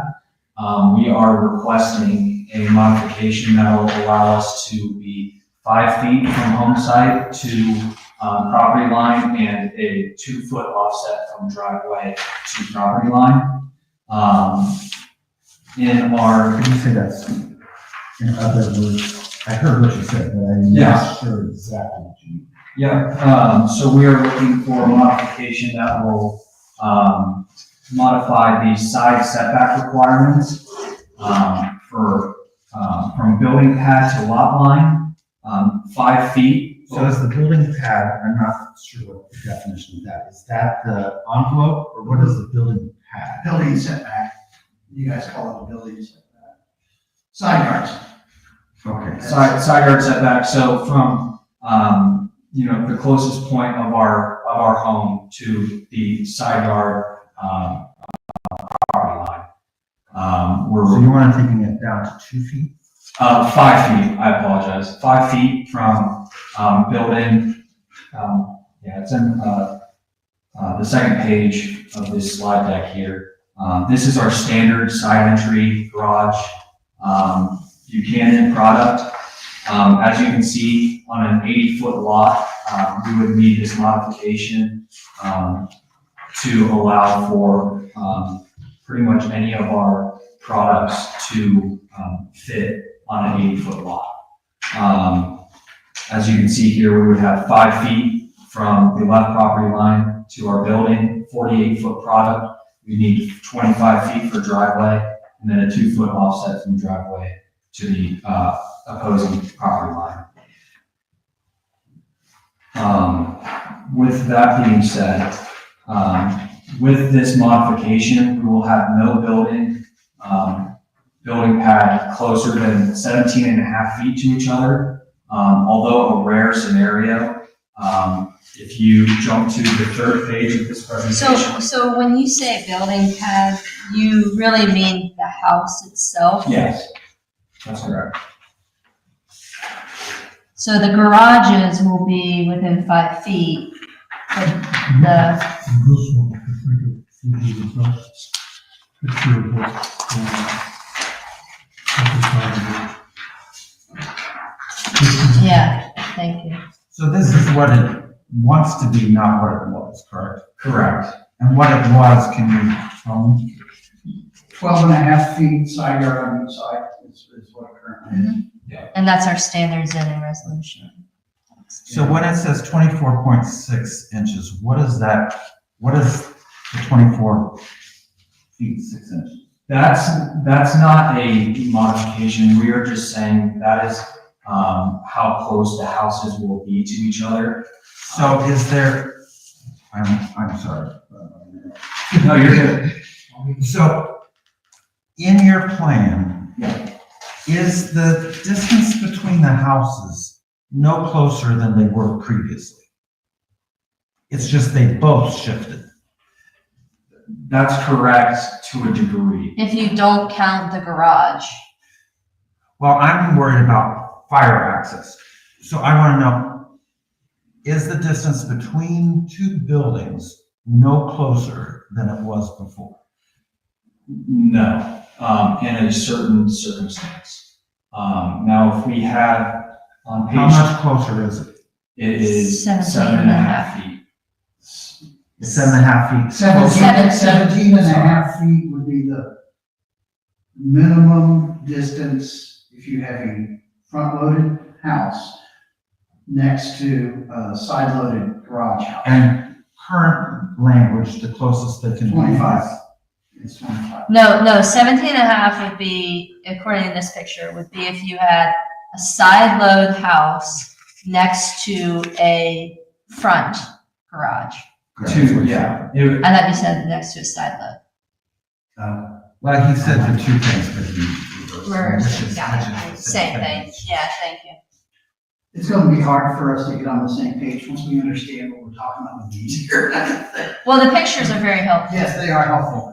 The divergent, I should even jump in, this, I'll let Mason go. Are you with Ferris Design?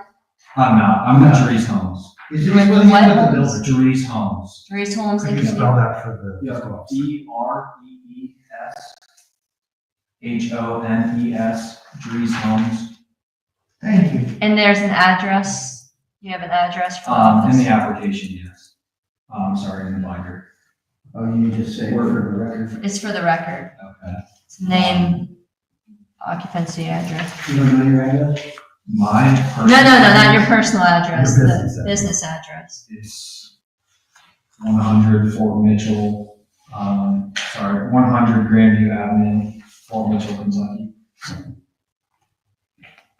Give me a little background on Dries Homes real quick. Yeah, so we're a privately held builder based out of Fort Mitchell, Kentucky. We're in Cincinnati, Indianapolis, Cleveland. We've got divisions in Texas, Washington DC. We're the 10th largest privately held builder in the country. And Columbus is smack dab in the middle of everywhere else we're at. So we had a very good year last year, and we're looking to enter the market. We've been pretty successful on our land search, and we've been operating out of our Fort Mitchell office, so that's where I'm from. What county is Fort Mitchell in? It's in Kenton County. Oh. Yep. We're 10 minutes past the Brett's Heads. Yep. We have 7 hills, and we have another site under contract, so we should be looking to build in this area within the next year or so. So go ahead with your presentation. Yeah. Okay. So I think what we were trying to say with the 17 and a half foot in between buildings is that this scenario on page 3 is the only time we will see the buildings set that close to each other. And that's because we have a left side entry garage, a front load, and then a right side side loaded garage. So in that instance, we would have a 5-foot setback on both the house with the left-sided side load garage and the right side, which is going to bring us to 17 and a half feet between buildings from what you see as the Alden and the Buchanan plan, and then 24 and a half feet on the opposing building pad. Okay, this is good. So are you saying there's no condition under which, and it looks like it's the Buchanan model? Correct. There's no condition under which you would have a left entry side facing Buchanan and a right entry side facing Buchanan, because that would create a 10-foot setback. Correct. Yeah, that's where I'm really. Yeah, Correct. We would not allow that. there's no So condition. this does not allow for that. Correct. Well, they will agree to the language if that's what they mean. Yeah, I probably have to write something. You probably will. The standard front load garages will have, they'll still be 12.5 feet. That's not going to change. We just need to run. Yeah, it's just the side load ones that happens. This drawing shows, what happens if you take the little house out? If we take the what? Take the little house out, you got the narrow side yard on the left-hand side and a narrow side yard on the right-hand side houses. So we look at a 10-foot separation? So maybe just that. So We're not allowing that. in that circumstance, we would not allow for our customer to build a side entry garage on that lot. Now, the reason for our request is because we want to allow for as many side load garages as possible for our customers. With that being said, there will eventually be lots that we just can't allow it. But again, potentially in writing, under this circumstance, this would be the closest the houses would be together. I mean, the closest that we would allow them to be together. So this is the only way you would get this kind of separation is not having the 5-yard setbacks next to each other, Correct. ever. Ever. And how's that covered in the wording? What we're gonna do is make them say that this is so, not that it's a scenario, but that it's so, that there will never be two houses closer than 17 feet 6 inches. That's correct. That's how we get it, is they'll have to say it is so, not just it's a scenario. Is it in the wording? No, not yet, but it will. Okay. Okay. Gotcha. I mean, we just have to determine it's major, Right, minor. that's all. But I would want that wording in there before we determine it. And it's good to know so that there's no surprises if you end up coming back. On page 4, we kind of outlined what it would look like for all front entry. And then if all the same houses ended up having a side entry garage, and this is what we predict to be more of the standard within this community, where in a lot of circumstances, the houses will actually be farther apart from each other because of how our driveways are aligned. And then, if, as you see on the far right there, we still have a 25-foot building separation. So that's the anticipation for this community. On the final page here, I did go ahead and highlight the fact that not all of these lots require modification. We have 100-foot lots throughout the community, including multiple corner lots that we wouldn't require modification for. With that being said, the green lots would require modification for any side load garage with the product that we want to bring to the subdivision. And so that is really why we want this request, so we can have them spaced out throughout the community and offer more of them to our customers. So what I think I'm hearing, I'm sorry, are you finished with your presentation? Yeah. So what I think I'm hearing is that you're saying you want to have this so that you can offer more side load garages. Correct. And all of the ones that are required to be side load car garages, because we spend a lot of time on that, shall still be side load. Correct. And you're just asking for more. That's correct. I don't have anything. You have anything? No, I don't have anything. You have anything? The thing that I'm concerned about is making sure the separation is as much as we can get between the houses. If anything, we've been watching on television for the last 2 or 3 months, California shows that houses close together probably is a good idea. And you would say, we don't have Santa Ana winds. Well, I was out there today and winds. Okay, now I may not be a Santa Ana wind, but it's a mile wind. Yeah, so we need to pay attention. That's what we're trying to do. We double it and 45 degrees. Yeah, we can, get the language. That That would address that worst case scenario, 17.5 in that. And I will say also, with the print here that shows that 17.5, That even is if we were trying to get as close to 25 feet on the opposite side, we can still center that product a little bit more to allow for closer to 19 to 20 feet and limit the other side to 21 to 20 feet to balance it. We don't have, a set place or, right side of our building pad or left side. We can center it, move it to the right, move it to the left, within the setback requirements as needed. So, that's something that we look for as well. We want as much space as possible. So I understand your concern. So whether it's a minor or major, I would get building pad out of your vocabulary because it's not a term we use, so Okay. it's meaningless to us. Okay. Just an FYI. Yes, sir. So are we ready for a discussion or? Yeah, sure. So I'll lead.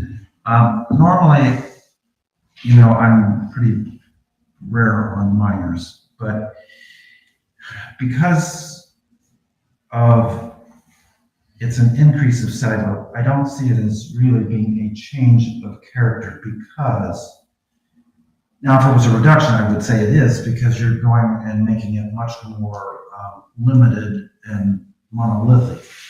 You're not going more than 50%, I don't think. And so I don't see it as a change of character. Now, that doesn't necessarily mean it gets approved as a minor because if the fire department doesn't like it, but I don't really think it's a major. Well, major is constituted, in my opinion, by more than just whether it's a change of character. And I do agree with you that I don't see it as a change of character. But if I may, from the zoning text, minor deviations may include but are not limited to changes in the location of buildings, structures, streets, or parking areas that do not create any additional divergences. What this does do is it creates a divergence to our zoning text, which clearly specifies 12.5 feet side setback. And so I'm not saying that I don't like it, that I wouldn't approve it, but what I am saying is this is a divergence and therefore not a minor to me. And would need to go back through the zoning commission and make its way back up to us. That's not to say it wouldn't get approved by us, but in my view, there are other things that just by that divergence alone, it is a major. Trustee Lord? I agree with what Trustee Rail said. Okay. Well, unfortunately, you both are right. But I like it. So, and I rarely say that. And I will Have you say, ever heard me say that? Very rarely. I will say it's not, this is a good plan, in my view. This is not a note of saying it's a bad plan. It's really just, are we following the right protocol? And a divergence, to me, constitutes a major. It sounds like there's consensus at this point among the board. And we changed Trustee O'Brien's mind. Which is easy to do, isn't it? So you've heard our feedback in terms of the language that we would expect to see. I would hope that you would, even if this gets deemed a major, that you would incorporate that and we would see that within the meeting minutes of the zoning commission and make certain that we pay attention to what has been approved here, or what's been noted here. And so we have to go to the process, which isn't always fast, but there's no reason for it to be delayed, because to me, it's not major in the sense that, It changes the character. yeah, which is usually what kills people. Right. Because they usually are really changing the character. And I think, we really support the side load garages because of and that was really built into this plan. Right. And you're not only preserving that, but you're protecting and maybe perhaps going above and beyond that requirement. So I think that's a feature that is commendable. And I think it really adds to the community effect within the community.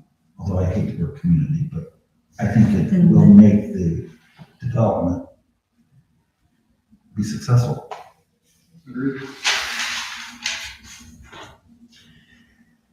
So, any other discussion? Do I have a motion? What case was this?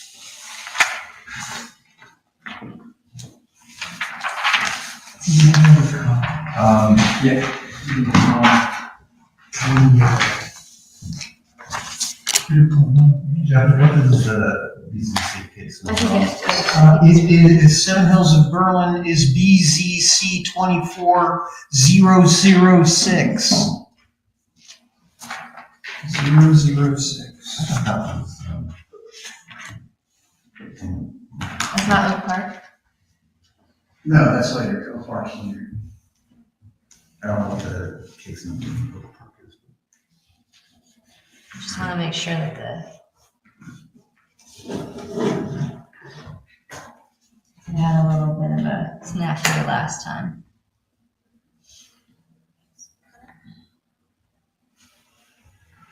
Got it.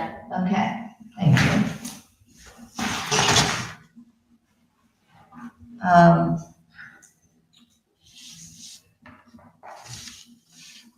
We have to determine the modification for Seven Hills BCC case 24-006 as a major modification request. I second. Moved by, With friendly modification for the zoning text. 'Cause it's in the definition of, which makes it very easy and how we got there. That's fine, yeah, for the zoning Just text. as a thought. Okay, so that's friendly amendment. Yeah.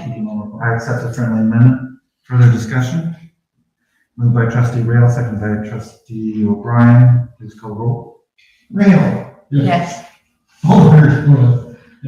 O'Brien. Yes. thank you.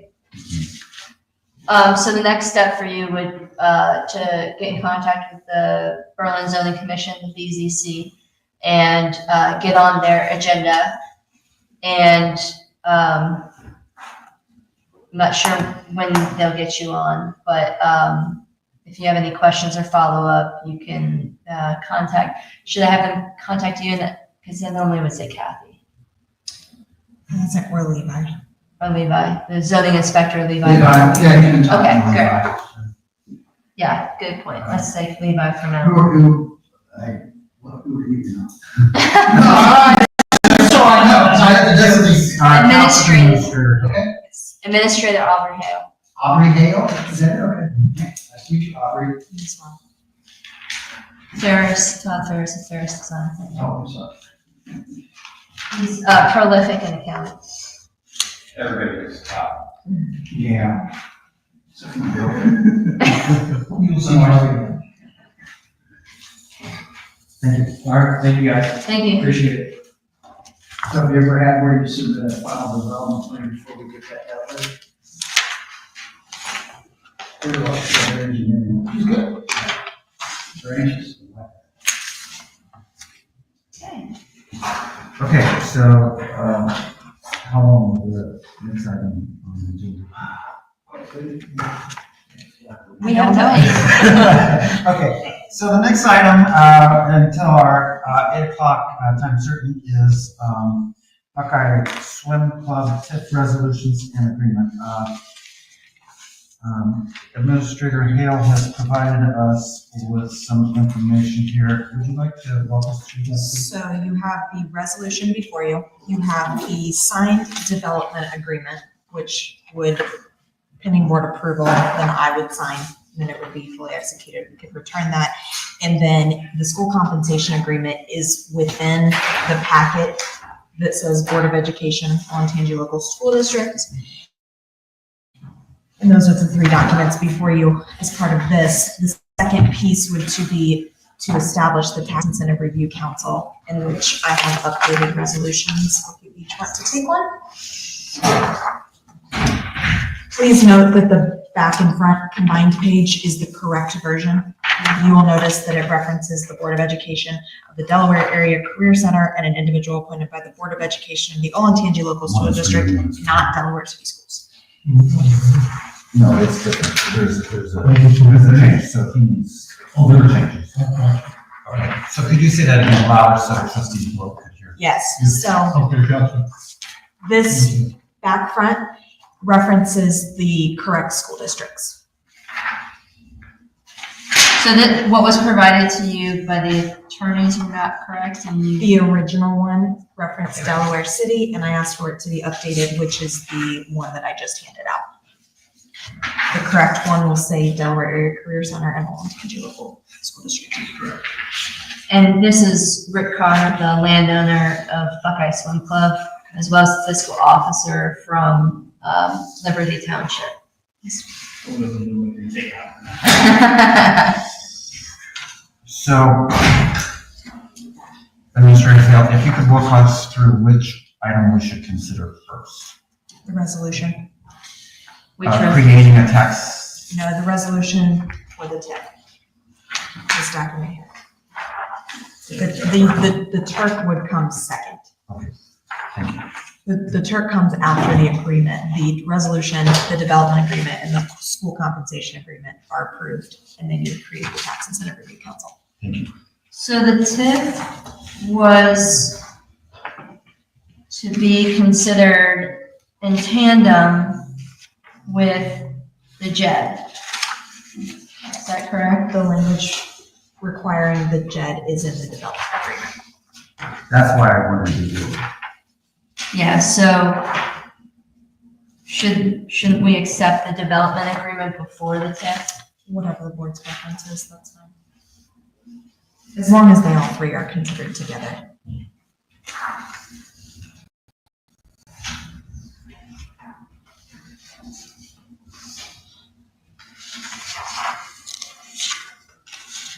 I appreciate the work that, or as you would say, the heartbeats that Administrator Hale has put into this. Yeah, likewise.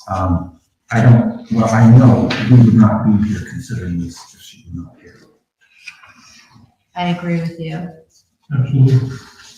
So could you point me to, in the developer's agreement, where the JED is specifically called out? It is on page 3, and it is, it's referenced in I. And then And there's it's also, on 5, right? yeah, it's also on 4, I believe. Let me find it. Each blow JED will be the name. And then on 5, number 3. Yes, 5, number 3. So this is an important one. No later than 10 days following the initial hearing by the board held in the process of creating the Peach Blow JED, except as otherwise consented by the township, the developer will submit to the board the petition requesting inclusion of the property in a joint economic development district over the Buckeye Swim Club property under ORC 715.72. Was this, this first sentence, is this supposed to say, no later than 10 days following the initial hearing by the board held in the process of creating the TIF? No. Well, why would, Okay, so we So- declare the hearing so- before we receive the petition? so you have to have a hearing to establish the JED before, Yes, so we have to receive the petition to make the hearing. there are some steps that we have to have in the hearing first.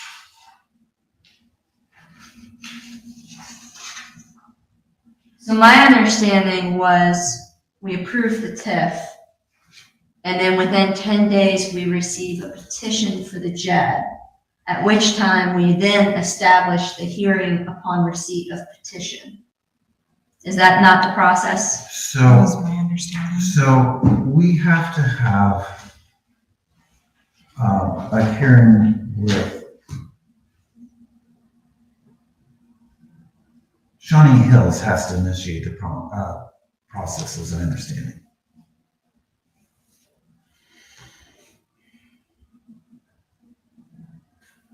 The property owner initiates the process. Because as you recall, like for the Berlin Business Park, we don't actually have a JED for the Berlin Business Park. We have a JED agreement for the Berlin Business Park. But it's only when the property owner initiates the petition that we can and then initiate the JED. And so I think this was supposed to say So, TIF. so do you know if hours and hours is available? I think that we should be setting a call. I think this one. The initial draft provided the very first one, so it was changed with intention, which is to your point that maybe it was corrected. The initial draft said TIF. So if it got changed to within creating the Peach Blow JED, what I think this would be saying would be once there is a JED agreement between Shawnee Hills, Concord, and Berlin Township, then within 10 days, Buckeye Swim Club will petition and submit a petition, and then we will set the hearing. I understand what you're saying, but I don't think that's close. Well, that's the second way. So I would really like an attorney's, I am waiting on him to respond. so do you want to revisit this after that, or do you want to take action? Well, I wanted to see if maybe because I've offered two interpretations. And I wanted to see, it sounded like initially you were in agreement that it was the second interpretation I just gave. I get confused, and that's why we get a lawyer. But The lawyers think- wrote this, and that's why we are confused. I know. I'm gonna think that Sean and Andrew got it right, but Well, we've corrected some of their mistakes. We have, yes, So, but no later, but this was changed with intention. So that's why I feel like they might have gotten this right, and I'm just trying to understand it. 10 days following the initial hearing by the board held in the process of creating the Peach Blow JED, which then the Peach Blow JED is referenced on page 3.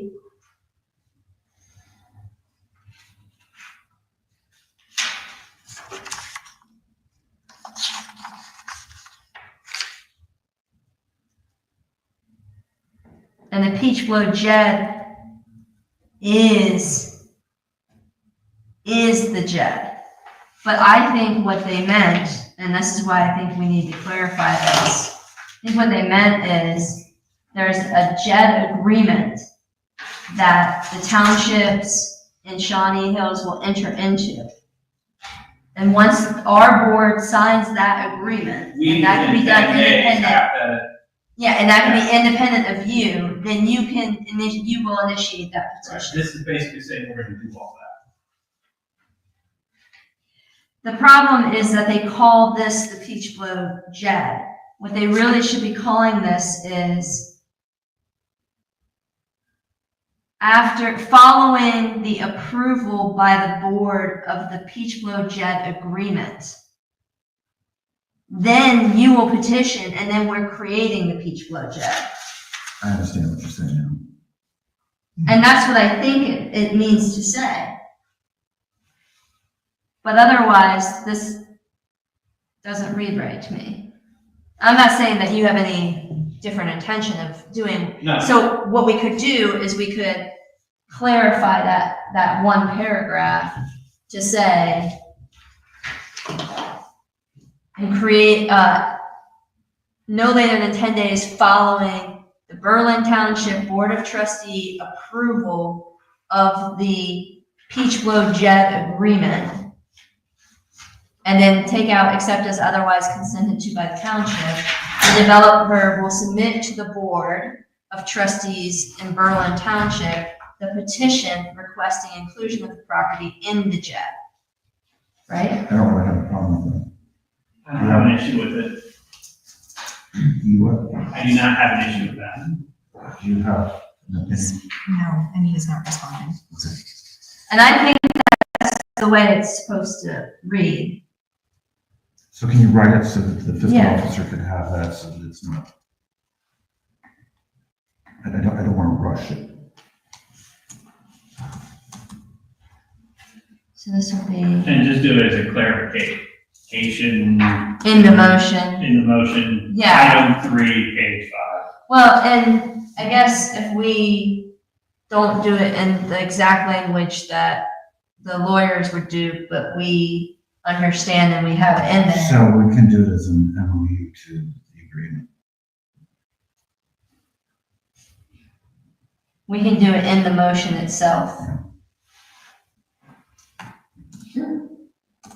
That was my only question about this. Everything else seemed to make sense, other than making certain that we have the date, like that we fill out the date and then we accept the developer agreement first, and then we accept the TIF, I'm okay with that. adopt. Are you okay with that? Page 5, I 3, understand where it's going. check petition. So this would say,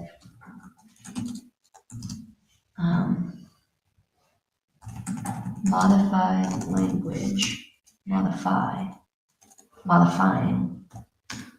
This is what happens when you real time it.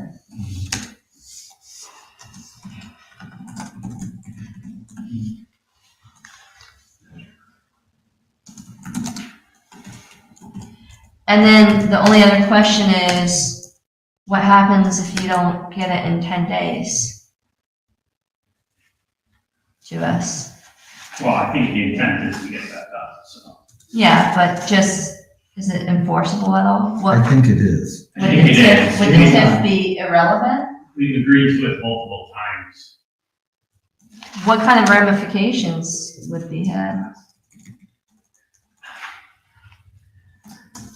I don't want to get into, I'm just saying, is it speculation, but enforceable? I tend to think what it is that the amount of money would be. If you would like to recess.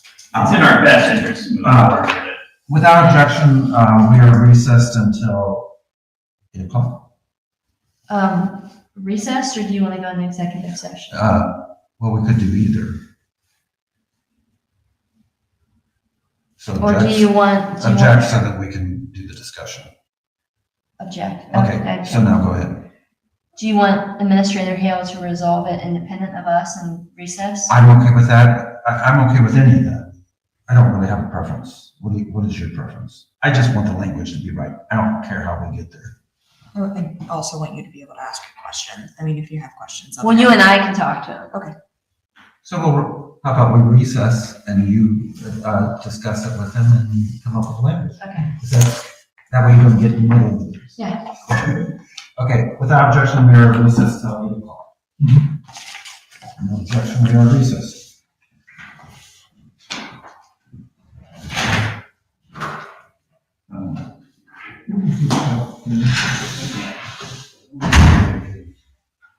We're gonna take that. We have to So, fiscal officer, can you, turn Sound bad? well, off until we are out of this.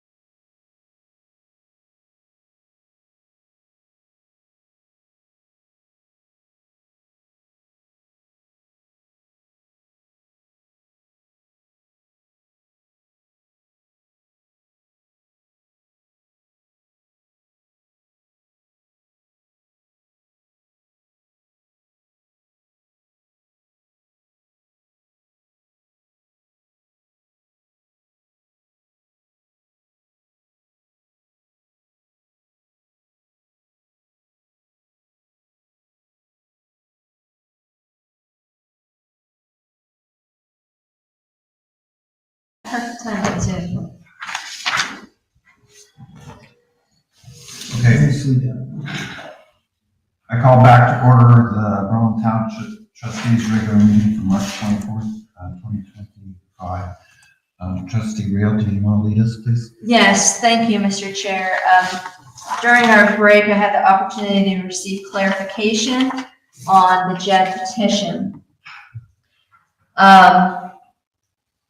It is a hearing to establish the JED. In the initial hearing for the JED, if we don't have a petition at that time, we would just be considering the contractual agreement between the entities and say something to the effect of, we're considering a JED for this area. In the area as specified, for the creation of a JED to occur, you have to have at least 50% participation. This JED, known as the Peach Blow JED, only covers the Buckeye Swim Club, or 2 parcels, and it would be 100% participation. So we would have then 30 days to make a determination after the initial hearing, at which time the petitioner would then have 10 days following that initial hearing to petition into the JED. And then we would adopt the JED along with the petition at the continued hearing for this. So our language is accurate. Our language is accurate. So then the question is, what triggers our first hearing? Good question. Us establishing the date, time, place certain, and then providing notice 30 days in advance.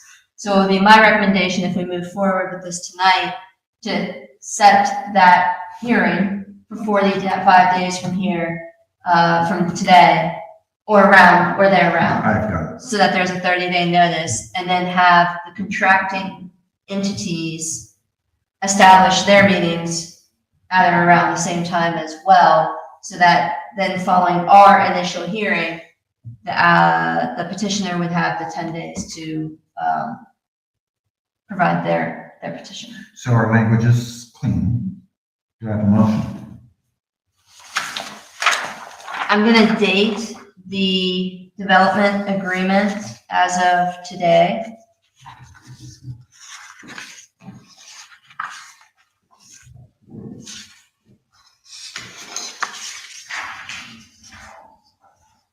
And move to approve the development. I'm just asking. We're gonna do the development agreement first before the TIF. Okay, before this, okay, then all that sort of stuff. Wait, is there a resolution for the development agreement? We got There is the not. council, we got the, Correct. So we just need, making sure we're doing all the right. so what we need to do is do a resolution to have an executor of the development agreement, correct? The signature line is mine. Yeah, I was gonna move to approve and authorize. That's one. That's fine. Okay, we're good? Move to approve the development agreement between the Township of Berlin and Buckeye Swim School LLC for the project named Peach Blow Aquatics Center Project on the draft dated 3/24/2025, and authorize Administrator Hale to execute any documents related to the agreement.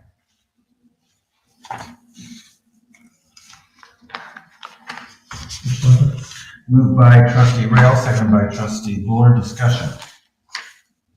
Again, I appreciate Administrator Hale's work on it. Further Likewise. discussion. Please call the roll. Randall. Yes. O'Brien. Yes. Buller. Yes. Okay, so we get 2 signatures right now, right? This one? And this one. Is that the fiscal officer and The Auburn? fiscal officer and all. Yeah. So here you go. Does it require the number anywhere? Yes. The resolution number is 25 -3 -48. 40.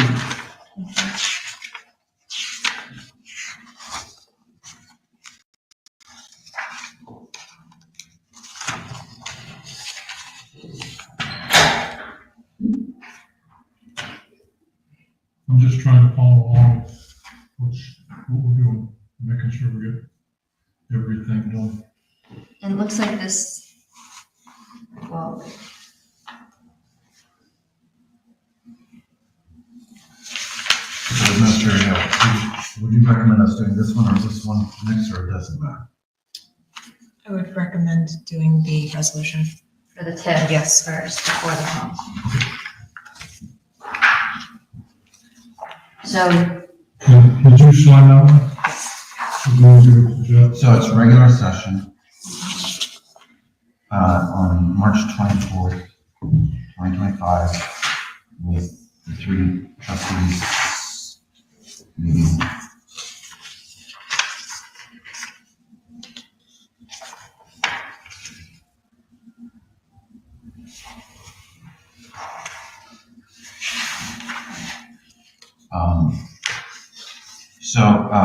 Fiscal Officer Jordan, I believe we will read the title, but I would like in the minutes the entirety of the resolution. Is that sufficient?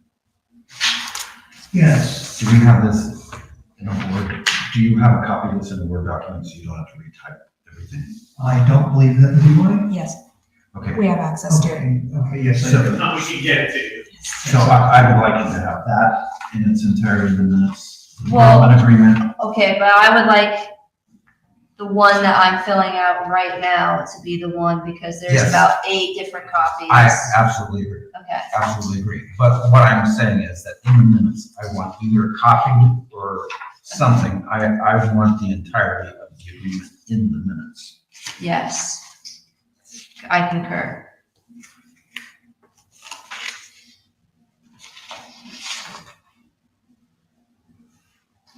So section 9,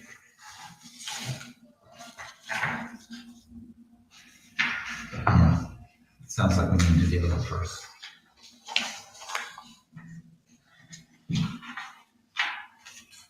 that doesn't make sense. It doesn't make sense, but how can you refer to a resolution that doesn't exist? That doesn't make sense either. So, on page 4 of the TIF agreement, on section 9, it's referencing the Turk, which is this. Which means that even though it doesn't make sense to establish a council before you have a TIF, that it sounds like we need to do the TIF. And for the board's information, we, I believe, established a Turk before, but the language is unclear, and so Administrator Hale brought this forward, and I think it's an excellent idea to make sure that there's clarity in what we do. So if we have another one, that's okay. We've got this one. That sounds wise. What resolution number are we on? We are now on 25-3-49. 49. Okay. Do you want to move it, or do you want me to? I will. And again, Fiscal Officer Jordan, I would like this agreement in its entirety, or this resolution in its entirety, but I'm going to read the title. Is that sufficient to get the entirety? of Yes. the minutes? Okay, I move a resolution creating a tax incentive review council.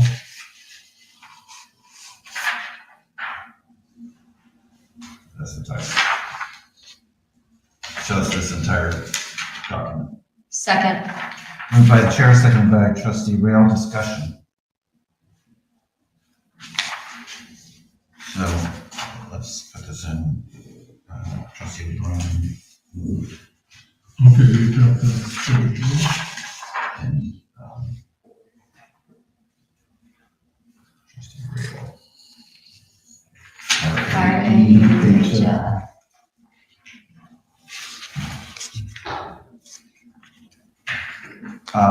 So again, moved by the chair, seconded by trustee Rail. Discussion. Please call the roll.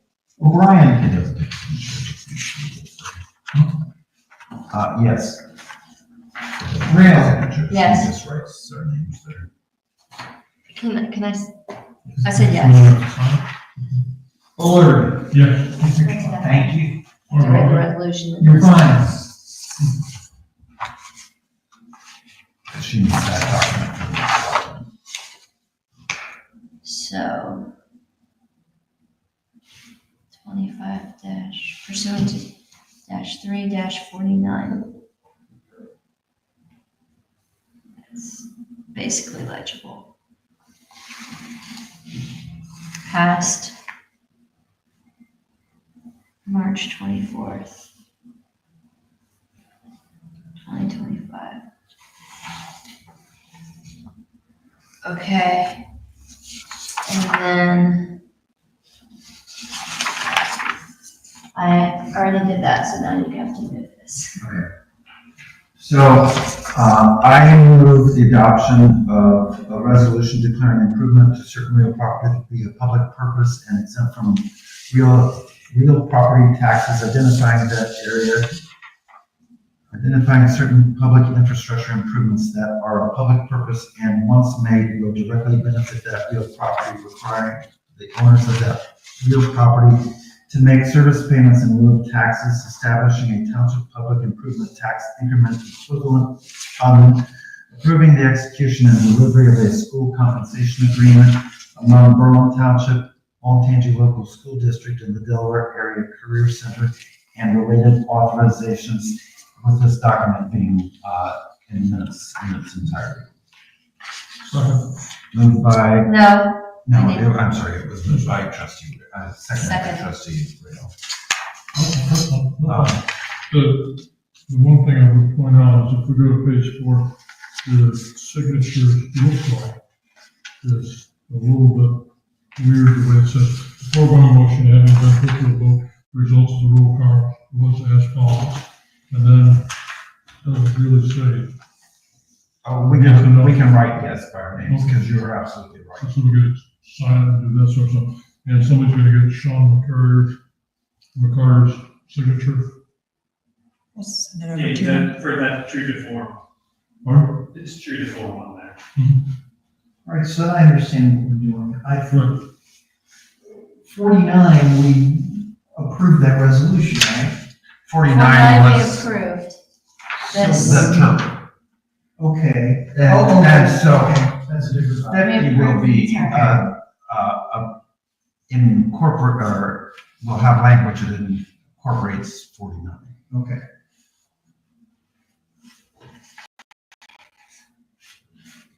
So moved by, the chair, seconded by trustee Real. Further discussion?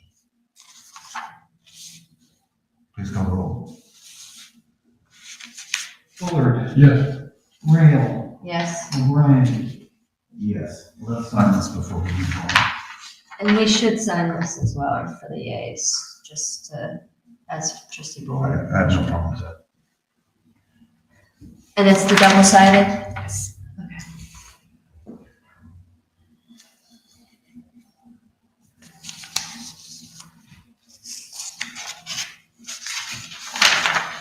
And so this one that we just passed, the actual TIF is 25-3-50. Yes, Yeah, well, yes.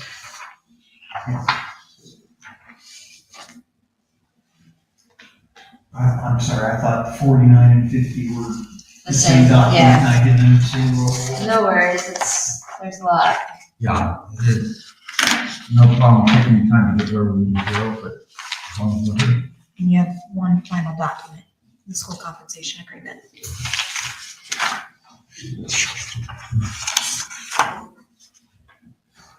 Which starts midway here.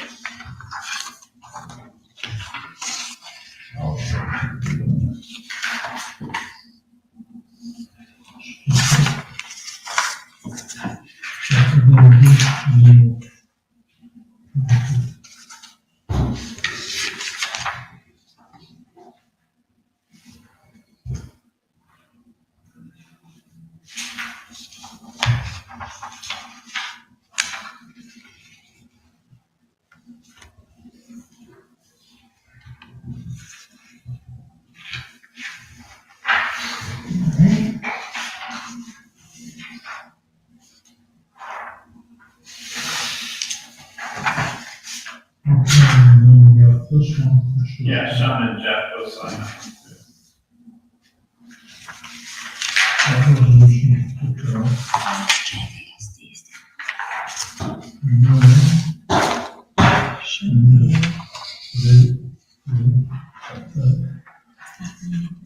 To substitute ACC.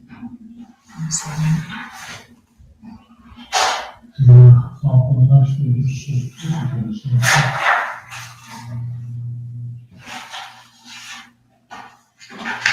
Just as a point of clarification, wait. No, it means, it doesn't mean that, it's just odd that it would be that acronym as. What's the acronym?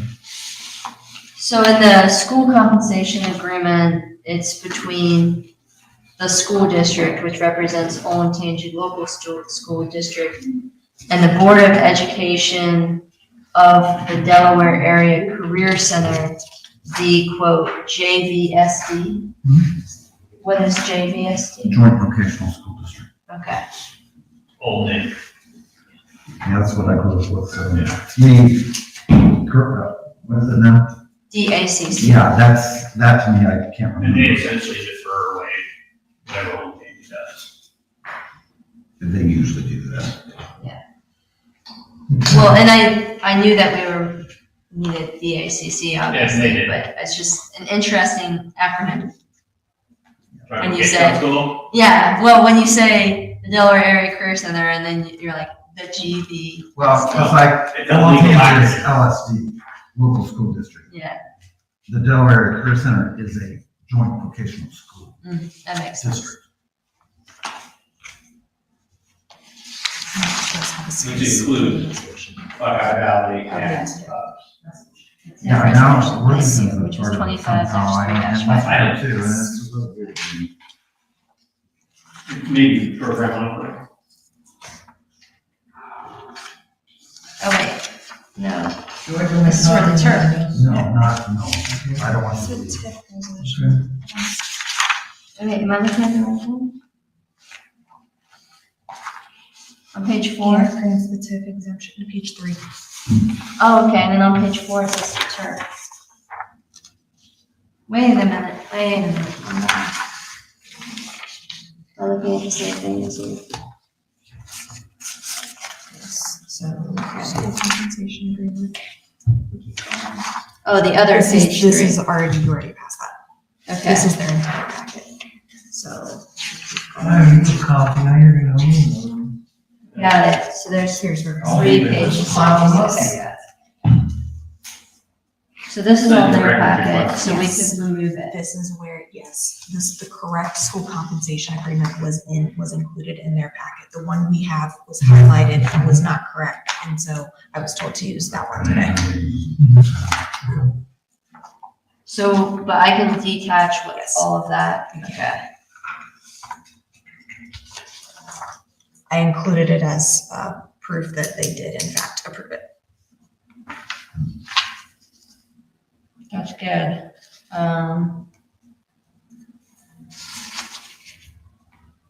But we've already approved this in our form. Yes. Okay. So this is dated as of 20.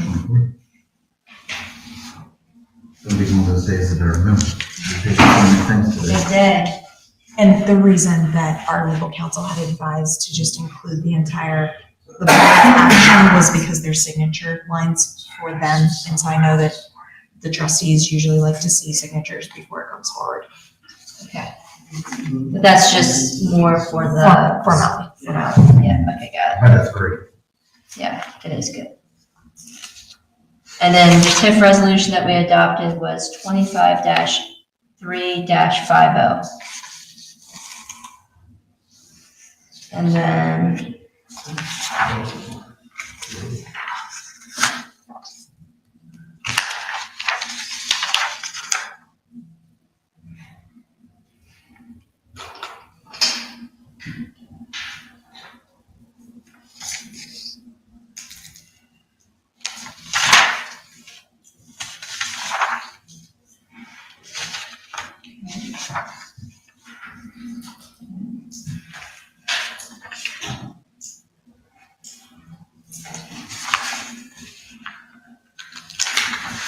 So do we need to retain the signature page at all for this? Like, should we sign their signature page as well? They have not signed the signature Okay. page. That's, Sean had indicated that the resolution that they passed was sufficed for now, but once you sign, I will send it back and get signatures. So after they countersign it, we'll get a copy back. Yes. And then, we'll do approved as to form for the township, and that would be Sean McCarter, attorney. Did he have a middle initial on the No. tip? Okay.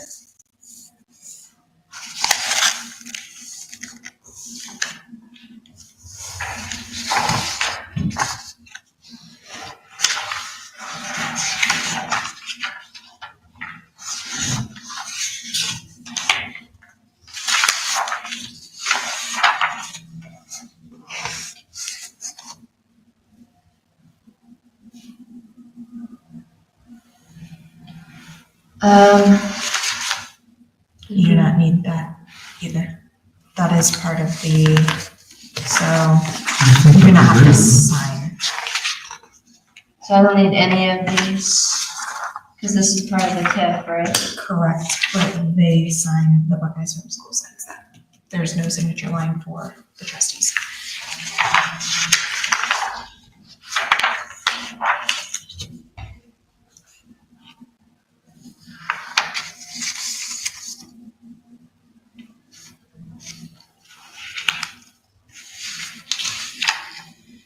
Are you an LLC or an Inc.?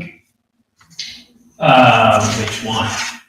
The Buckeye Swim Club is an incorporated. So our development agreement was with LLC, right? For the development. The development agreement? Oh, LLC, because that's so there is, okay, Aquatics doing business with Buckeye Swim. I can't hear you. Oh, there is, I'd have to look at everything, but there is Buckeye Swim School, which is LK Aquatics. So Buckeye Swim School it's a DBA for LK Aquatics. Can I see the developer agreement?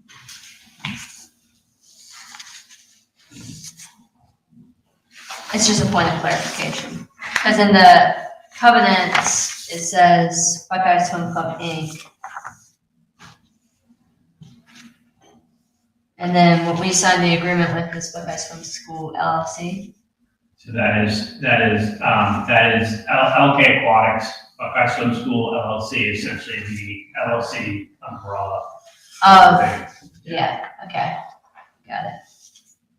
You'd be much happier when you see that revenue versus associated. So that's consistent on the signature lines. Well, on the developer agreement, she sends the Inc. here, but here is what I was talking about and but if it's an umbrella, then approving through the LLC is inclusive of. Yes.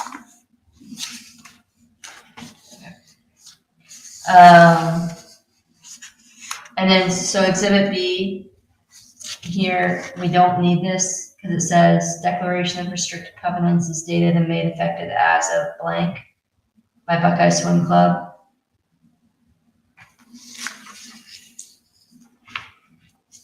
Exhibit B, Yeah, we don't need that. you do not have a signature line on that. Well, but does it need to be included and completed by us? The blank. I do not. Actually, I can ask Sean, if so, I mean, I could fill that in, but.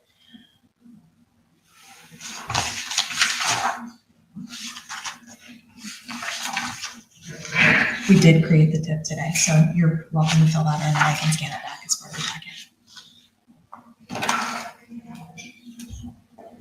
Yeah, because I'm just filling it, no. I'm gonna do it forward, because blue might not show up. Do you have gold by chance? I do, but I don't think that'll work. Let's see. I've got all kinds of colors. With gold pen. That's not gonna work.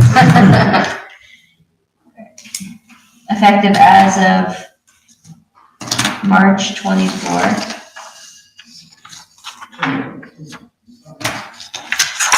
2025. Okay. Okay. Then we'll keep exhibit A and B. And Jeff does need to sign this back page. And again, when the motion is complete, we'll have an entire resolution. Okay, I have two and exhibit associated A's. documents. I think that this one is different. It's a packet. It'll be very quick, Exhibit A here should be this, but that's okay. with the legal That's description. what we got on the chart where it's a little unclear because they weren't all written in the minutes. Exhibit A in this is hereinafter the exempted properties, which is this. Which is what Yes. I just completed. No, I completed exhibit B.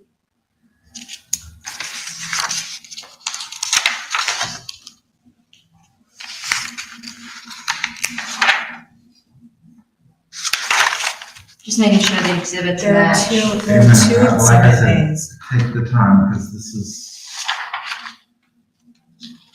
important. This is exactly So what only I want. exhibit A is referenced to in the school compensation agreement, and that is the exempted properties, which I have right here.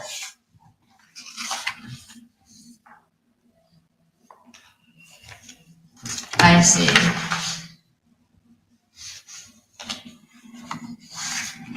But then exhibit B references a different exhibit A, which is why there's two exhibit I A's. have There are tried to two get the exhibit attorneys A's to in the stop packet, doing more than one exhibit A on the same. Yeah, and there are two exhibit A's in the packet. yeah. Because exhibit A in the compensation agreement, and it says exempted properties is the first exhibit. Then exhibit B references a different named exhibit A, which is encumbered properties, and then the encumbered properties shows up after exhibit B. As long as the titles are right. The titles are correct, but you can see how confusing it can get. Yes. So I have here, I don't think that exhibit B is referenced in the school compensation agreement, is it? Oh, yeah. Exhibit B, the declaration. And then exhibit B references the second exhibit A. Okay.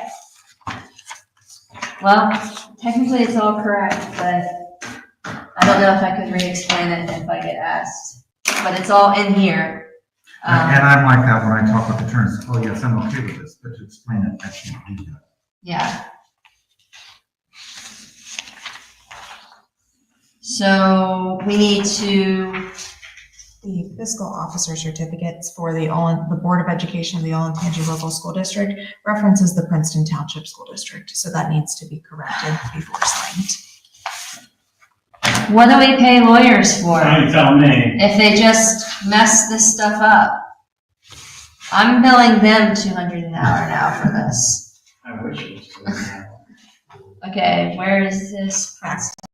Very back page. Yeah, where? The second. Yeah, there it is. Strike it right though, or I can initial it if you want. Yeah, come on up. Wait a minute, It's okay. Olentangy. By the Board of Education of the school district for such a purpose and are in the treasury of the Olentangy School District? Yeah. The Olentangy Local School District.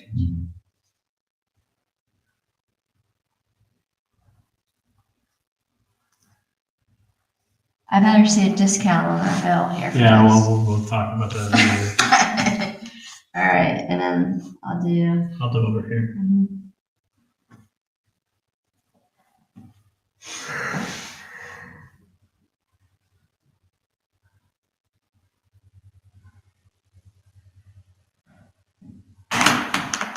Thank you.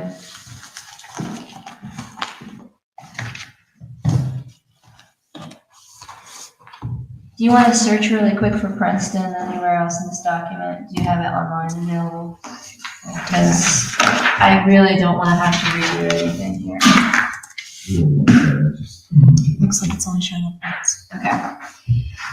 Okay, move to approve the school compensation agreement among the Township of Berlin, Ohio, Delaware County, and Olentangy Local School District and the Delaware Area Career Center dated as of March 24th, 2025. I second, and again, this will incorporate the entire document in a minute. Further discussion? I am going to add Delaware County since there are a number of other Berlin townships in Ohio as part of the title. And then I don't believe that there's any other authorization, so it would require our trustee signatures. So moved by trustee Rail, second by the chair. Further discussion? Please call the roll. Fuller, Yes. O'Brien, Yes. Rail, Yes. Is that 25-3-51? correct, 51, 5-1.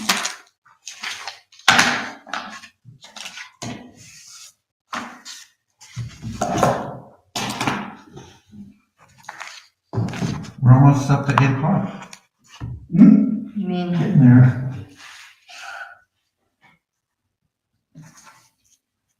Anything else in this regard? To my knowledge. Okay, thank you. That takes us to a nice 8 o'clock time certain. Oak Park TPUD and PCD Development Plan Extension Request. Would you please do your presentation? Good evening, I'm Todd Ferris, with Ferris Planning and Design, 4876 Cemetery Road.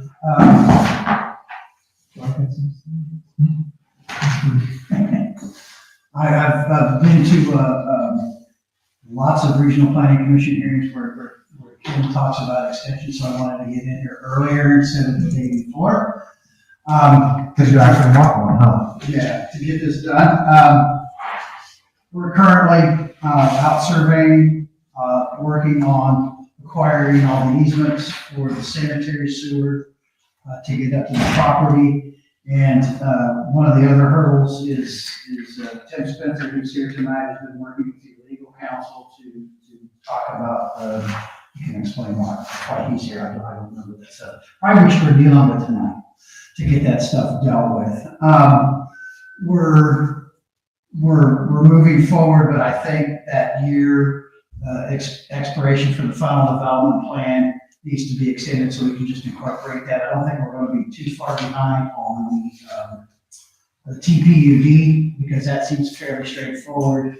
But the PCD, that just has other components to it that have specific users that we need to deal with that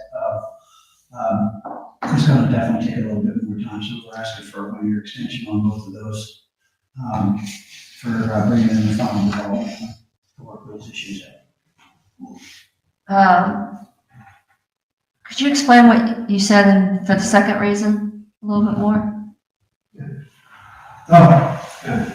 Tim Spencer, Tribune Development, 210 North LaSalle Street, Columbus, Ohio. I am part of the development team. We have reached out to the Township's Council to discuss the infrastructure. We have jurisdiction in Delaware County, obviously the township, and we have state roads. We are moving sewer that does not have easements. And so in between our development plan, we'll also require a major road network. So there's just the logistics of interacting with the county with that funding mechanism for the road, ownership of that road going forward. As Todd mentioned, our survey crews were hampered. We got a lot of snow in January, so we weren't able to get out as quickly as we could before that snow. And so we're just working on topography and securing easements with that. So there's 4 or 5 things: engineering related, infrastructure related, financing related. What was the third item? You said engineering, infrastructure, and what? Financing. Financing? Financing of the infrastructure. Can you elaborate on the financing aspect? We've got about $12 to $14 million worth of infrastructure that we're looking to figure out how to pay for. For roadways. Okay. It might be moot because of the other reasons you described, but typically if somebody indicates there's financial aspects, we would request financial statements to showcase good faith efforts in securing finances, and that finances is a reason for requesting an extension as opposed to delaying it. It's kind of similar to Let's economic. back that up. Let's go this way. There are a number of townships within the state that are currently redigging on their contributions and their zoning commitments. Mm-hmm. And anyone we're talking to from a financing standpoint would rather us be good stewards and ask before we have gun to our head or at the last minute to get an extension. For example, the township near here had zoning at much higher density that we got a final development plan approved. We didn't get an extension. That zoning was cut almost in half. So that's what we don't have happen. I see the concern. So, from a financing standpoint, didn't we talk about certain aspects of potentially exploring options for financing with Oak Park? We will look at, we will do a presentation to the township's attorney with regards to the commercial area, doing a TIF and then an NCA over the residential. The reason we would look at it from a two-prong approach would be a lot of these NCAs as they're being done are just becoming a burdensome tax on the end user. I used to be county commissioner, and I'm not a huge fan of NCAs necessarily. Yeah. But Jed, where are we? That was, we agreed to or acquiesced, requested Jed immediately. So I don't think the township has any really reason to want an NCA. That's more you, I mean. That's correct. When we would finance the NCA, we would have to be notified that was how the roadway was being. Yeah, but I'm saying we won't delay you on NCA because we don't care, quite frankly. No, what we care about is they've Yeah, been used throughout the state. A number of them are creeping up on that 10.25 mil. Yeah, well, what happens is they create this ridiculous, and then nobody wants to live there. And we're afford that. Yeah, that's what I mean, so that's why we don't care, because you're not gonna do something to your own detriment, and so So I'm not worried about that, but the JED is. we've already acquiesced that would be. So and if our attorney is delaying you, let us know, because we want in no way for us to be. Yeah, Sean's actually been very good at following up with us. We wanted to get in front of the extension. We were mapping things out, and we just don't want to be over a barrel in 9 months, 10 months. So that actually makes sense to me. So you talked about the sewer and that you didn't have easements. That worries me just a little bit. So where is the sewer coming from and what easements do you need? We have, I'll clarify, the sewer's coming from the south and it's partially on Route 23. There are easements, however, it is the state right of way.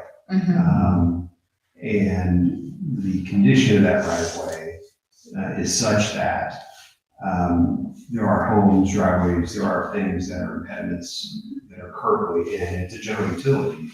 And so the state has been unable, or has just not provided us accurate as-built information. So for example, we know there's telecommunications in that right of way.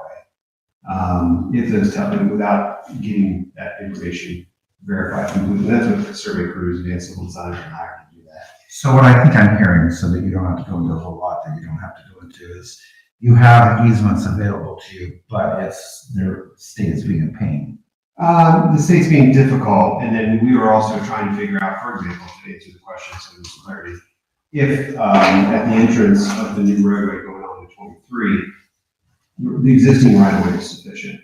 What we imagine as we go through engineering, which is done at the Delaware County level, if we're told right now we have 20 feet of movement, if you will, within that right of way, we're in a bad spot if 3 months from now we get comments back from the engineer's office, and instead of a 20-foot easement, it should be a 30 or 40-foot easement because of the depth and the size of that. And that's a detail. That's not against us. That's a detail that's made out. So I've been added to the team to ensure that we don't have those hiccups going Well, forward. that's a good thing. And it's probably good for you to get paid for it. But if it's a road, it's much easier to get right away, easements, than if you are just doing utility, because, if we had to, we could do a taking. No, I don't see, stop, right? I mean, we know where water's going. No, I don't think, we don't have any issues. It's the logistics and candidly, the coordination. Everything we do has to be reviewed. Because, the board, I believe, since you met zoning, is wanting to, we're a pain in the butt for zoning because you went through it. But once you've got the approval, we want to help you. Yeah. I appreciate that. We want to help, but we don't want to change our zoning. No, we have no interest in that zoning. We have no interest in changing that zoning or having that zoning changed on us. As they ask for the extension. I think that's the most rational request for an extension. Because it's true. Well, you may not believe it, but sometimes developers, Make stuff up? yeah. Well, let me just explain to Steve, right? If we project X number of dollars when we do a combination of the TIF and the NCA, we need the assurance that the commercial we put in, the housing we put in, the volume of bodies that are going to be there isn't going to be cut by 20 or 30%. Well, we want you to not get yourself in a financial bind, because if it's not to our benefit for you not to do well, because if you get a half-built development, we got a mess. So we want you to be successful. Yeah. And I will tell you with a high level of confidence, I don't see any impediments that aren't just time related. Yeah. But now if you came in and said, oh, we need now this density to make it make sense, well, then I'd say you're probably out of the wall.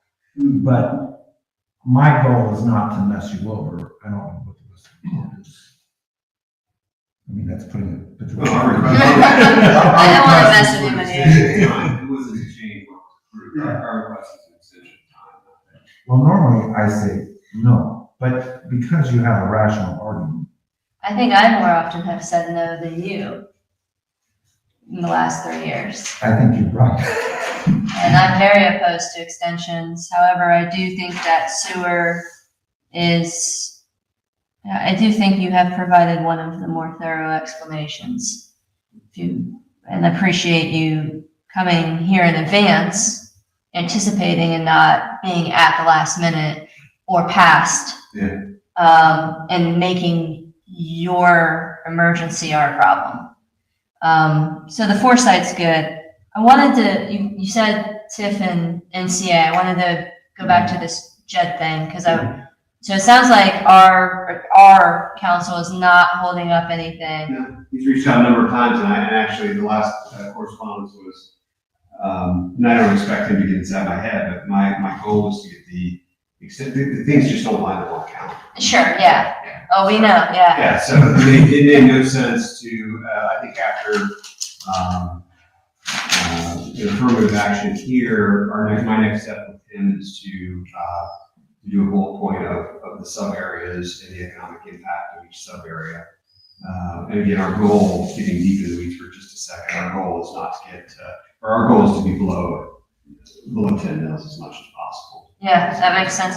So, are you envisioning that you would certainly do the TIF and the JED, but perhaps not the NCA? Is that what I heard? No, the NCA, I think, that's to be determined. For an official answer, I would expect, there's 30 some odd thousand feet of commercial in one area, and then, the multifamily certainly is an electric shock, if you will, to financing mechanisms. So, until we really dive into it, we have some numbers, but it'd be fair to have your council review and agree with those numbers before we make absolute assertions. But my goal would be that the TIF, it's like jumpstarting a car, and then the NCA, whatever shortfalls we have, the NCA would kick in.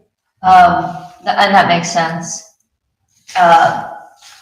independent of whether or not the extension is granted, is there a timeline that you could commit to for establishing the TIF and JED at minimal? Like, for example, could that operate within the allotted time frame, and then the further extension out beyond that related to the zoning and those items? Deep question. I think the short answer is getting our current final development plan extended, we believe is sufficient. We still have too many balls in the hopper, balls up in the air. Again, we just got survey crews out this month. Again, jurisdictions, we have your jurisdiction, the state, and the county just, kind of probably recorded, the county just not a private player to deal with infrastructure. So it just takes an enormous amount of energy to get them to focus on that. So my answer to your question is our team is comfortable across the board from legal, JED, TIF, NCA, engineering, final engineering. We're comfortable with one extension in meeting those timeframes. Having it funneled down from there,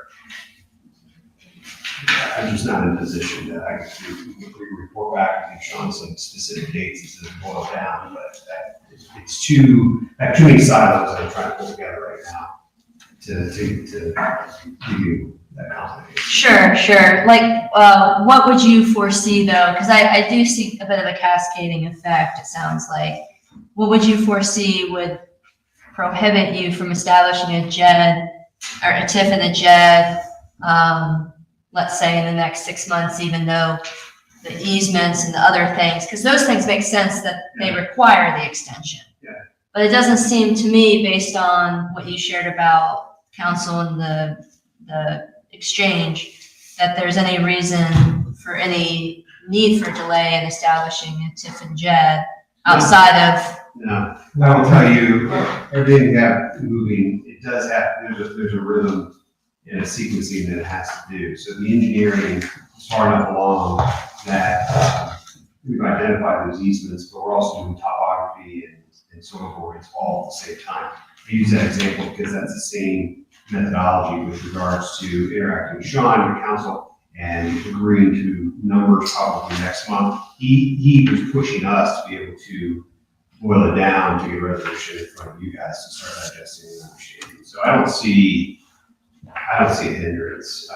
To your example, 6 months. No, I mean we're really playing the long ball here, and do not want to be in a position, just budgetary numbers. I mean, the design team on the engineering side is just shy of $1 million. So we don't want to be paying those type of expenses. We agree to pay your council's fee for the work here.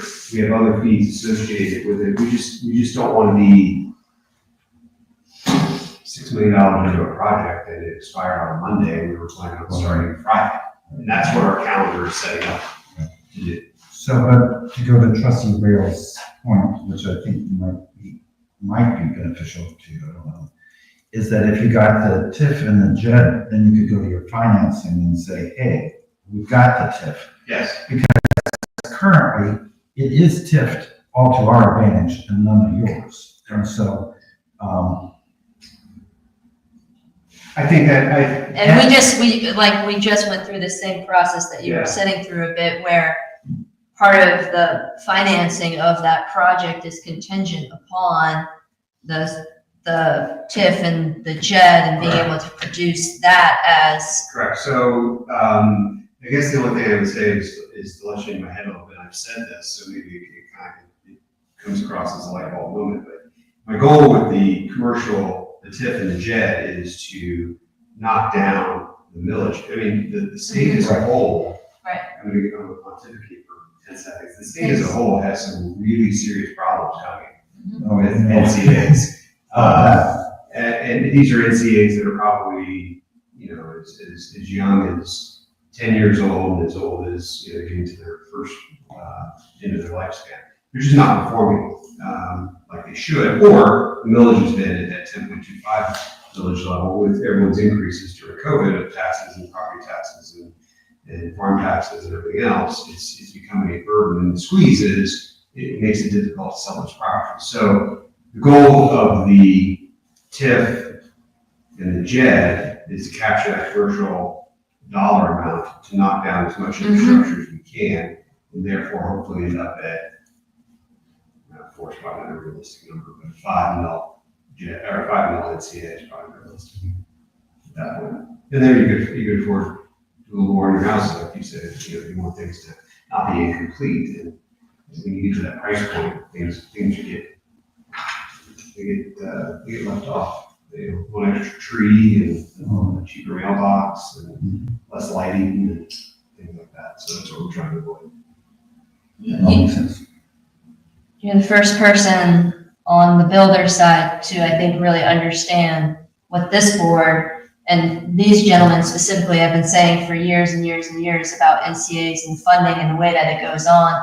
And let's not add to that the annexation and what that does for the taxation, because in most of the annexation, we still get the property taxes as well as the city.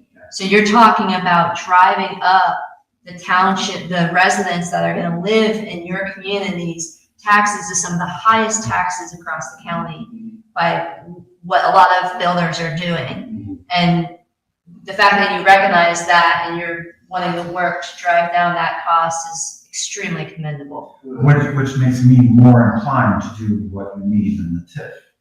Okay. Well, I mean, I appreciate that. I think I guess my secret sauce is I'm just aware of the market as a whole, and we're seeing this. We're seeing underperforming NCAs. We're seeing costs that for a long time had stabilized, except for the last 6 months. We're going to see lumber go up 30% Tuesday. So, so we're trying to get ahead of that because for years, for 35, almost 40 years, the NCA has been a panacea to fix all redevelopment. All right. Sure. And in my experiences, most of them are what I'll call a failure.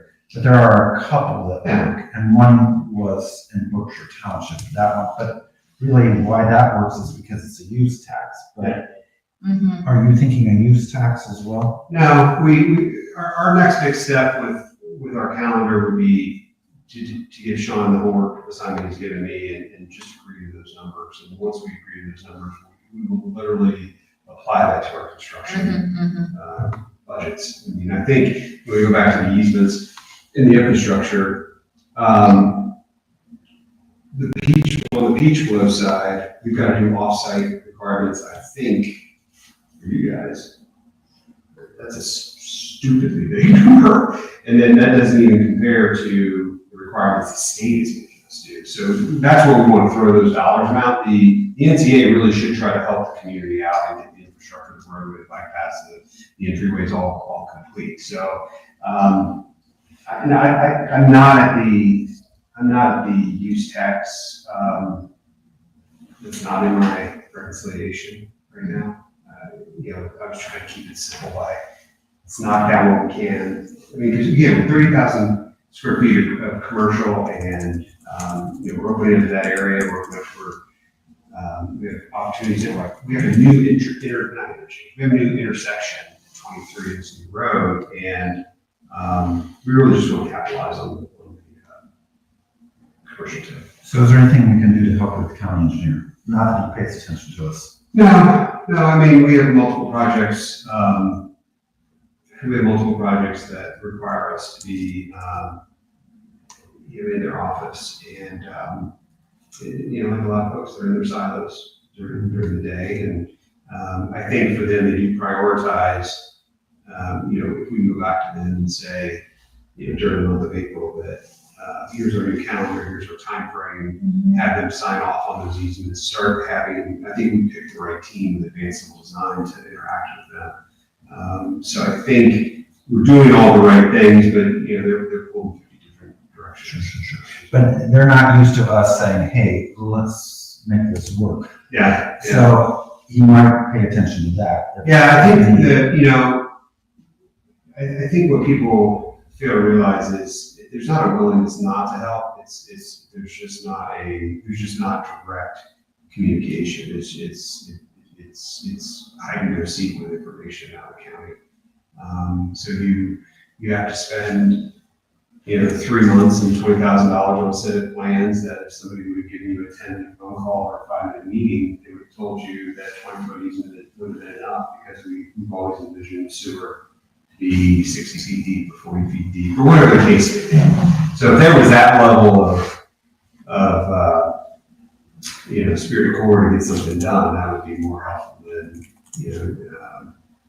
crying wolf or threatening or just shining a spotlight on a project. It's not, our team works better with dialogue and feedback. And I think we realize that, we know who has to approve it, we know who has to sign off on those things, and, but we don't know what the backstory was. And if we can help, get those, and it's just not the engineer's office here, it's everywhere else in the county. I mean, you just go to a comp plan and you can see where else we're having hurdles and issues and things like that. Because a lack of feedback. So we'll ask Todd to draw, pretty roads and pictures and landscape. And then 3 weeks go by and say, no, we want this.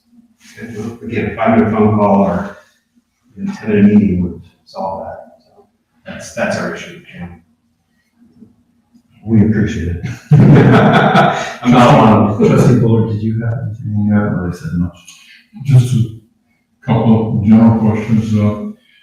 Ditch petition for the school. I know they're doing some work and pumping some water in your area. Is that going to help, or is that a problem or any kind of issue going on there? Are you familiar with it? I've heard about it, but not to the point where. I mean, they're working out there now. That's it. Yeah, I think that's that ditch that goes right to the middle of Kieran's side as well. I'm not familiar with it. No, I think, Other than what you. I think we have to, we would look at, we'll make a civil design aware of that. And it goes back to the reciprocity back and forth. But no, that's not, I think we know about it, we've seen it, but I didn't realize there was something active. Either clearing or maintenance or. There's just a lot of water that has to go through the ditch out there. Yeah. It's a big basin that is draining Okay. or watershed. And then the second thing is the 23 connect. Is that, are you guys working with Morrissey or no doubt on that at all? I know they're both working on it. So that one, the speed of that coming to ahead surprised a lot of us. That was always, it feels like it's Discovery Dwight's swan song. The short answer is there isn't really a placeholder with anybody at the state yet. However, there's always been a goal and a plan to minimize curb cuts, access points, and vehicular traffic, where it enters 23. I think this has been socialized as a regional or more than just a neighborhood access point. This isn't, one subdivision that's going to go to 23. This is one subdivision that's going to connect others, to the north, to the east, and create an opportunity to make a difference on the movement of traffic. So we are sensitive to that. We have Todd. Yeah, this is actually Mark Mann's. Yeah, it's okay, yeah. It's actually, that curb cut location is still on their current plan. The reason I bring it up is what we're talking about is a viaduct there at Drive Parkway. We still get a riding right out at this location. Well, it's gonna be big money, and there's other of those viaducts up and down 23 there that they're gonna try to do to make things better. Yeah. And if you can get in to the planning groups, maybe you can alleviate some of the cost or get some of the cost shared a different way or different ways of looking at it. Participation, I think, is really important in that. Yeah, I think, participation is one side of the coin and speed to getting your deal finalized and get in front of them to see what they are. I mean, I personally don't think my grandkids will ever see those viaducts that were proposed. And I mean, it's a good plan overall. Its overall goal is good, but the practicality versus the execution may they struggle south of Delaware City, let's just say that. North of Delaware City, you got all the opportunities in the world, and some of those ideas that we've seen make phenomenal sense. That's a gap that, you know, you can look at 33 over the last 15, 20 years, you know, between Lancaster and Athens. Nothing else ever happened after the business bypass happens. And something else, we've got the cemetery out there that we were given, just, Given told. It was not a good gift when we put it there. But, there's water that, we've got to get rid of out of there. And we're working to get a disposition in place, which is going to dump more water your way. Just so you know that. Off the surface water, not. Well, it's subsurface water because the, cemetery has got tile and stuff in the bottom of it. And, we get a lot, there's a lot of water in there that needs to be drained out. And it will be drained out. The problem we have is every time we dig a grave, it fills up with water. Even in the dry sections in July and August, it's still the same. Is that a soil condition or just there's nowhere for it to go? There's an old county ditch petition, when I say old law county ditch petition that goes through there. So I don't know if you're familiar with old law. No, I just. So it does not have a taken care of in perpetuity. But it's there and then you have to. Well, the problem is old law, you don't really have to maintain it. So it doesn't work anymore. So we need to do a new law ditch petition, which does have to be maintained. Okay, I mean, yeah, that's. So it's not new in the sense of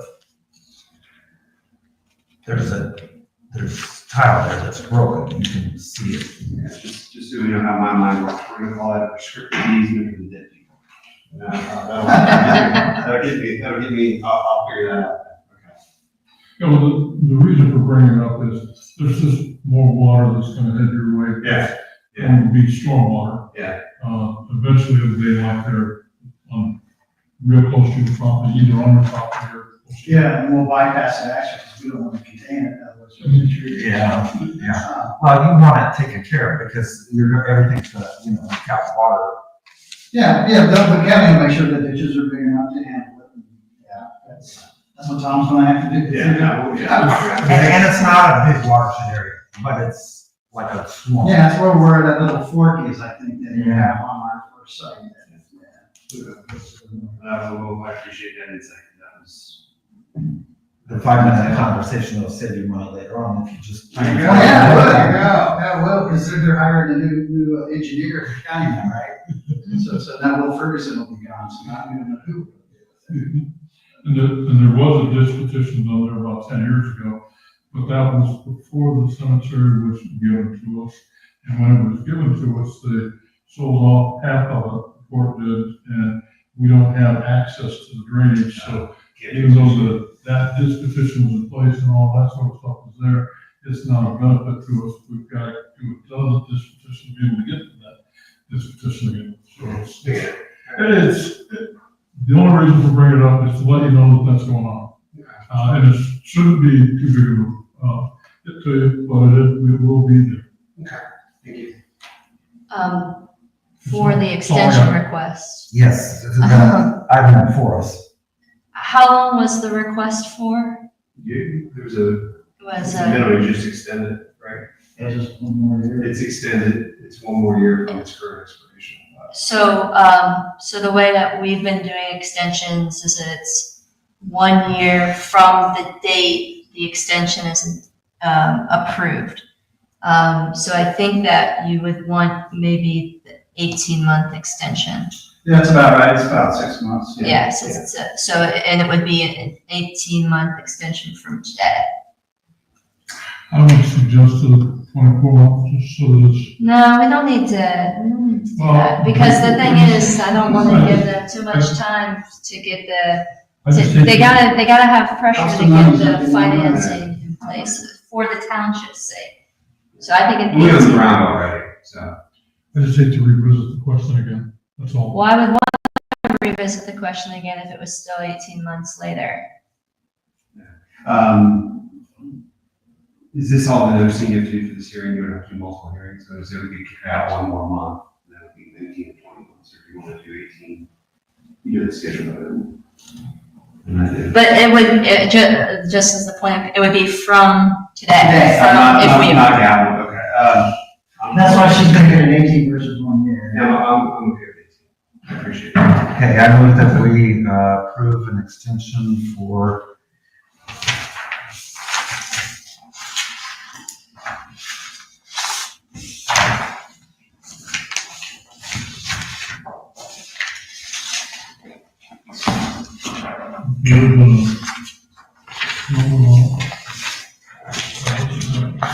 Yeah. Do you have the, here. Could you clarify the date?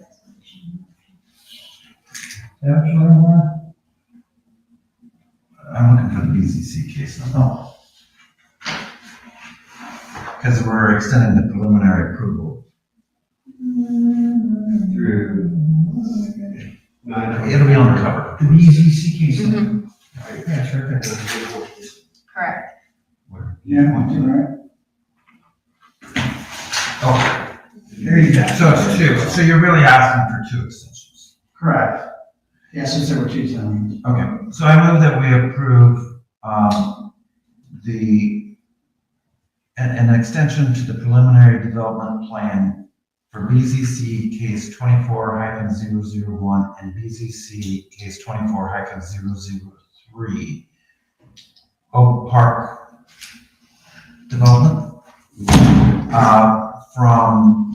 to 18 months from March 24th, 2025. Which would be September 24th, 2026.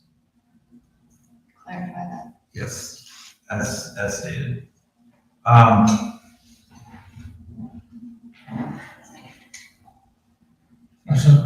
Okay, so moved by the chair, second by trustee Buller. Discussion? Because he needs that definitely. Thank you, Mr. Chair. I think that with the infrastructure and some of the other items still left to be mapped out, that this is one of the rare instances in which an extension is warranted. I concur. I'm shocked that I'm actually approving this because I came in here thinking I would not. But you made a cogent argument, and normally I would at most do 12 months from today, but your arguments sway me. Further discussion? You understand why? Let's call roll. Rail, Yes. Buller, Yes, O'Brien. Yes. and we'll see in a couple years. Well, You will. Yeah, you won't. Does the township do a summary letter or minutes, the record that we use? I'm sorry, what was that? So what he wants, I think, is a certified copy from the fiscal officer of this resolution. Or summary letter says you were in front of us on this date and we agreed to. Or can we just get your minutes? Or do you prefer the minutes? I need something to be able to. To get that. I would get a copy from the fiscal officer. Okay. Now, when do you need it? I got 18 months. We have historically had the zoning inspector write up the That would be preferred, just a. alternate date of preliminary extension, if you prefer that. I don't prefer, but I don't care. So that if you're satisfied. That'd be- Could you have the zoning inspector prepare a letter for them indicating that? But in the case, if you don't mind doing fiscal officer doing a copy of the resolution so that they can easily reference the preliminary date. Well, shouldn't the letter from the zoning inspector be included in the case? Except for that's not something that's been adopted by the. Yeah, that's right, it's post, so it shouldn't be in the file, Right, that's my point. neither should the resolution from the fiscal officer. Well, but it's a certification of our resolution. Oh, yeah, thank you. Yep, gotcha. Okay, thank you. You're good, thank you. Thank you. Glad you brought it. Karen and I don't know anything about what you just said. Well, he explains well. It's very thorough. It was a team effort, so congratulations. Okay, very good. So that takes us to a possible, executive, well, we're gonna go into executive session. Okay, yeah. No. Is it possible or is it probable? I think it's going to happen. I move that we go into executive session for under ORC 121.22G. three. I don't know what you want to go in for. Okay, Imminent. court. Court. With, All the electeds, and, Administrator Hale and, Tony Stocco. Present. Second. Moved by the chair, second by trustee Bullard. Please call the roll. Rail, yes. O'Brien, Yes, Fuller. Yes. we are in executive session. Do you want to meet in here or out there? I'm going to show you how to do this. We'll do it in here because it's all. Get on. The second. It's very easy.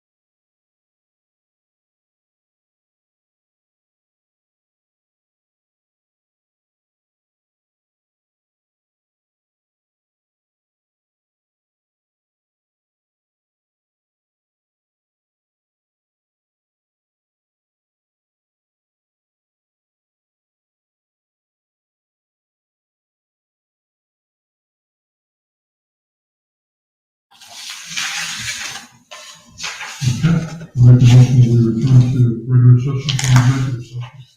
So moved. Second. Moved by trustee Board, seconded by trustee Rail. Discussion? Please call the roll. Fuller. Yes. O'Brien. Yes, Rio. Yes. we are in regular session. We did have an executive session, no actions were taken, no decisions were made. It's on my agenda. But I know the next item is yeah, thanks. Is resignation from a trustee. So I have provided to the board a copy of my resignation. I'll read it. Dear board members, With deep regret, I make a motion that we accept the resignation of trustee Ken O'Brien effective September 1st, 2025 at 12:01 a.m. So moved. Could I second, but could we hear the resignation? sure, but I'd like a friendly amendment on the resolution, and that's to direct the fiscal officer to send a copy of the resignation letter to the Board of Elections. Okay. Brent, accepted. Okay, And send a copy of the fiscal officer to send a copy, an official copy of the letter to the Board of Elections. So moved. and seconded by trustee Rio. So for discussion, I'll read it into the record. Dear board members, it has been an honor to serve the residents of Berlin Township as Township Trustee with you. As you know, I was recently elected to the office of Delaware County Treasurer, and I am unable to hold both offices simultaneously. Therefore, I'm writing to inform you that I will be resigned from the office of Berlin Township Trustee effective 12:01 a.m. on September 1st, 2025. I'm announcing my resignation now to allow the board adequate time to prepare for filling my seat. Thank you for your understanding and your support in my new endeavor. I have truly, and this is really true, I have truly valued my time working alongside both of you. Sincerely, Ken. And I've enjoyed my time over many years working with you and working alongside you. Thank you. We still have some work yet together, but I will say that Delaware County is inheriting a wonderful public servant, and you have our full support, and looking forward to the next few months of getting to serve on the board with you. I appreciate it. Thank you very much. Moved by trustee Bullard, seconded by trustee Real. Discussion, please call roll. Rio. Yes. Fuller. Yes. O'Brien. Yes. And sure. Yes. Thank you. Does this mean that we're gonna get money now from the treasurer's office and that sort of thing? If it hasn't- Fairly and equitably. Yes and yes. Do you know the status on our spring tax collections, when we'll receive that? I still haven't received it. Because normally we would have actually received it by this time. Fortunately, we're in a financial You know about position, this? it's okay. You know about the issue? Software issue. The two numbers didn't bounce? Looking in. Are you talking about are you, Talking about the auditor and the treasurer's office. actually, I didn't know that. I thought it was a software issue. Is there a It balancing could issue? be. No, I did. Okay, sorry I asked the question. But, hopefully it all comes in soon. Mm-hmm. Because I know some townships are not in the same situation. I mean, some of the townships are And very schools and small. everybody else. Hmm. Okay. Okay, that takes us to the Tower Co. case representative. And Mr. Hale, did you want to address that, or would you like us to address that? I can. Our legal counsel has reached out and asked if the board would consider who they would like to represent the board during mediation, and so that they can get a date scheduled. And if the board would like that to be made so that I can communicate that with our legal counsel and, And once I remember, we all worked on the, Well, the only item would be that you can certainly be authorized to represent us, but I believe historically we had to also empower the person to accept. there would be a plan for executive session prior to that to discuss the details of the mediation. So both of you are correct. Because you have to have the ability to do that. And But she as would a, not. well, as a board, we can authorize her to, because she's in the. I wouldn't feel comfortable with having that. I would want us to potentially have an emergency meeting or authorizing a board member to settle. And if a board member wants to represent, that's fine. He just needs to know who it'll be. So I'm fine with you representing, but if we actually got somewhere in mediation, I wouldn't be comfortable with any Well, but here's, unelected official settling this case. but here's my take on it, and then you can certainly tell me your thoughts, is that we can give her limitations, but she would be empowered to settle based on those limitations. Yeah, I'm not comfortable with that. I think that it should be an elected official that would have the authority to settle, to enter into settlement agreements. I think it's a valid view. I don't necessarily completely have that view. Yeah, it's fine. So what is your view? in the past, we have typically authorized one of us to negotiate, but bring back whatever that negotiation is to the board to make a decision based on what the facts are. I would be okay with that. That But I can live with. technically, I believe that for anyone to enter into the mediation, they have to have the authority to settle. I think that's correct. And we would have consensus as to what that level would be. And I do not want to be that person, but if I were that person, I would not be comfortable settling outside of what was the consensus of the board. That's what I'm trying to say, and the thing that I'm concerned about is to authorize you to do that, I have to give you a black check to do whatever you want. I know. And that's something I'm not comfortable with at all. I'm comfortable with giving it to you. I'm comfortable with giving it to elected officials who entered into this case and voted for it. That's a neat way of saying either of you two guys. Well, because I think it's you know valid. why? I do, but Because if we're still in this case in 8 months, which would really then mean it really. I'm not comfortable with giving it to me. And let me say that you all know my position on it and all that sort of thing. So I'm okay with either one of you. I don't have a problem, but I'm not comfortable giving somebody a blank check to do the negotiation. That's the problem. I've got a real problem. Well, I don't see it as a blank check. So if, let's say, the consensus of the board was to authorize you to only do what our original position in the lawsuit is, that would still give you the power to bind in settlement. I can do that, but as far as negotiating something, I'm not happy with that at all. Well, you can negotiate, but you can't go beyond a certain number. And, well, it might not even be a number, it might be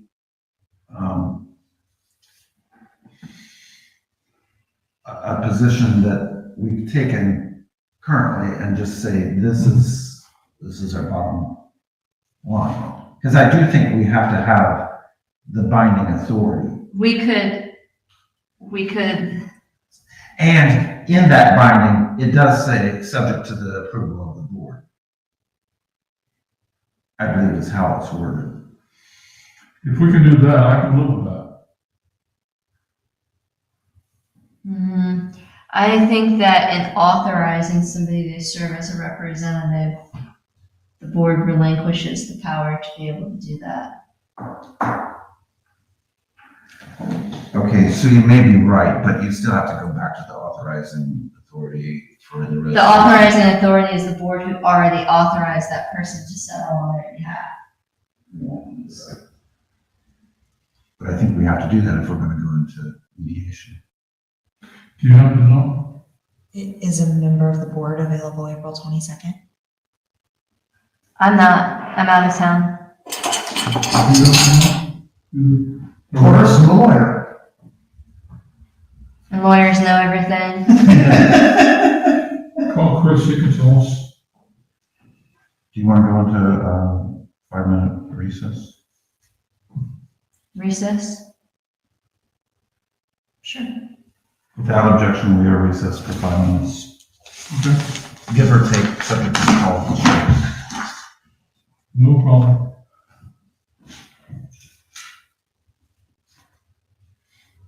Are we still on? Mm-hmm. You'll have to go out. I thought you'd call us.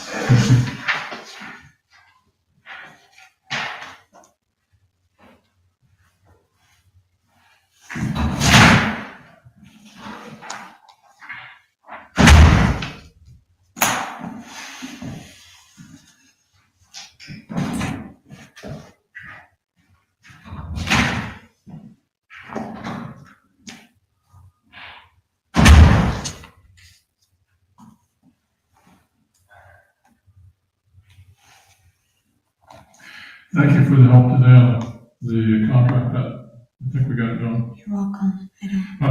You should could have taken it around, showed you what. We're on live still, just so you know. Yes, I'm just talking. Yeah. we'll do I'm that. not, I understand. We'll do that. I'll watch what I say.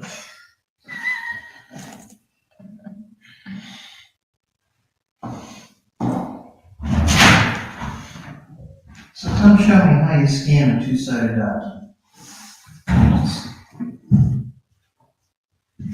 I've worked with this thing for months, and I don't know what to do with it.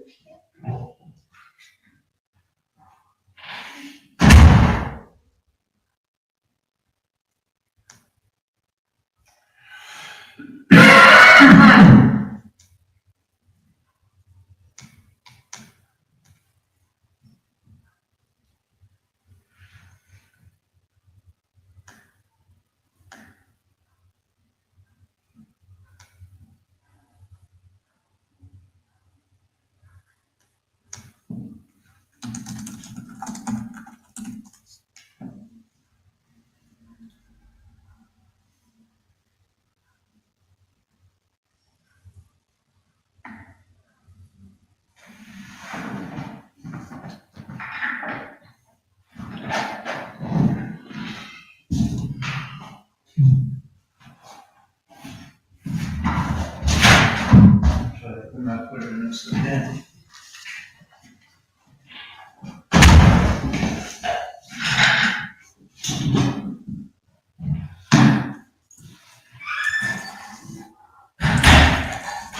Is it getting cold in here, or is it just me? Okay. Like, turn off the heat. It was very warm on that side before the meeting started, and there was a noticeable difference. And so when you walk into there, now it feels nice. Yeah, I've noticed that too. But I tend to always be cold. Me too. My hands though are like starting to.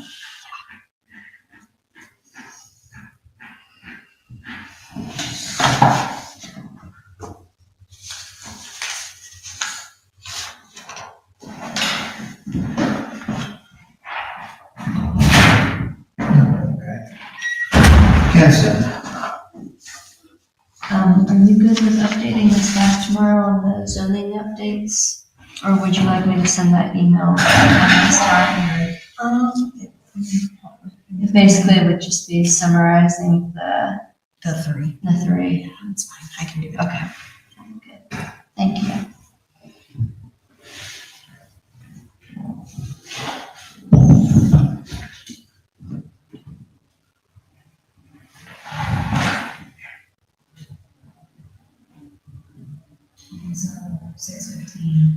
need to, this is 7:15. Adjourn, goes back to BZC, then they can get on the agenda, and then 8 o'clock approved an 18-month extension to September 24th, 2026. Yeah. And Levi needs to send the letter.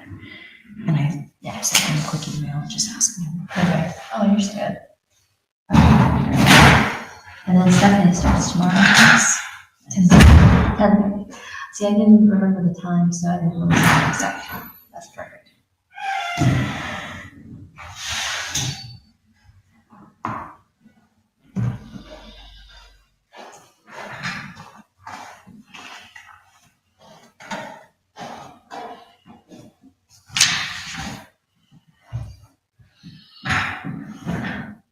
I call back to order the regular meeting for the Berlin Township Trustees, March 24th, 2025. I made an attempt to call in to text Chris Reinhardt and have not received a response. He wasn't anticipating it, so, I mean, he can't be on the call at all times, but I can't answer the question because I wasn't able to get a hold of him. So the next question is if, who's available on the 22nd?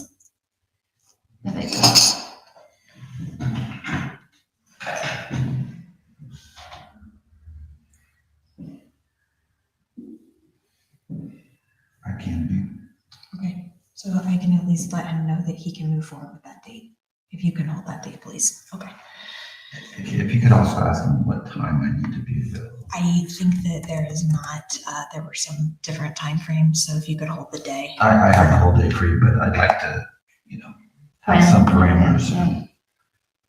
Okay, so we'll authorize Trustee O'Brien to negotiate, engage in mediation on the township's behalf in the matter of the Tower Co litigation.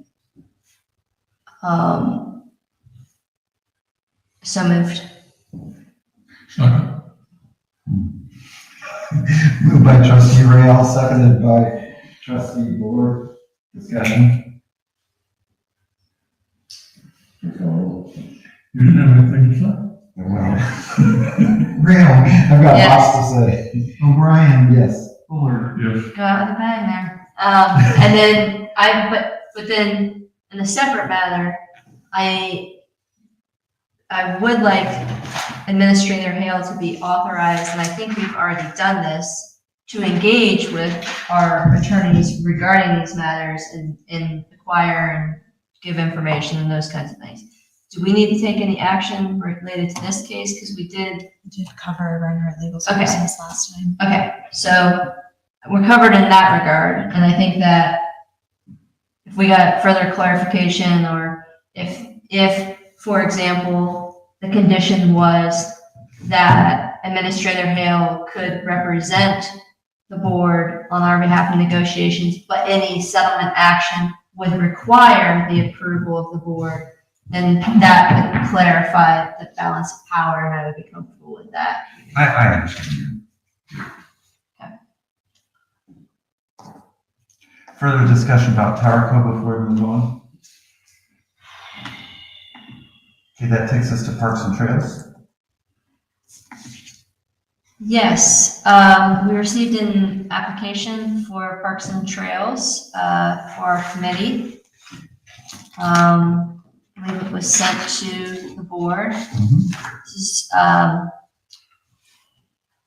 Mr. James, goes by Jim Casey. We do not have any representative from that area currently, and I believe he has attended a couple of the meetings as well. So move to appoint James Jim Casey as a member of the Voluntary Parks and Trails Advisory Committee with a term expiration date of 12/31/2026. May I ask how that gets communicated to the committee members? I historically have, or whomever appoints, has that only been me? I just want to make sure that it's being Historically, followed up. I would think whoever appoints communicates with them. That's fine. But it could be you moving forward, but what I can do is I can send the communication and copy him, or copy you on it. And then you would reach out to Ryan at Accent Services to get the email set up for Berlin Township. So the email is the only means of communication for township-related and only township-related communications that they should be using. Second. Moved by trustee Grail, seconded by trustee O'Brien. Discussion? The prior discussion should be in that discussion, not in the motion. Thank you. I'm sorry, Okay, so, moved by trustee Grail, seconded by trustee O'Brien. Discussion? Please call the roll. Brian, Yes. Fuller, yes, Rail. Yes. That takes us to Delaware County Township Association legislative updates. Just a very brief update. We removed the mutual aid that was previously on this agenda because we have not been able to discuss it. Regarding EPA Section 208, it's my understanding that Brian Lorenz and a few trustees met with Jim Jordan to discuss the supposed mandate that the Ohio EPA indicated they had in their federal statute, and Mr. Jordan's office will be looking into that. We also have engaged in a rather robust discussion that's pertinent to this board related to Senate Bill 104, which was unfortunately introduced by our own Mr. Brenner, and essentially takes away not only township ability to zone, but all ability to zone the Airbnb style short-term rental communities. And so the DCTA is taking action, and you will be receiving within the next couple of days from the DCTA a resolution that I would like to have added to our next meeting's agenda. And it is a resolution in opposition to Senate Bill 104 that we would like to request all townships in the county pass. And we will, I will be compiling them as chairs of the legislative committee. We will compile the resolutions, and we will be sending that information along to Mr. Brenner to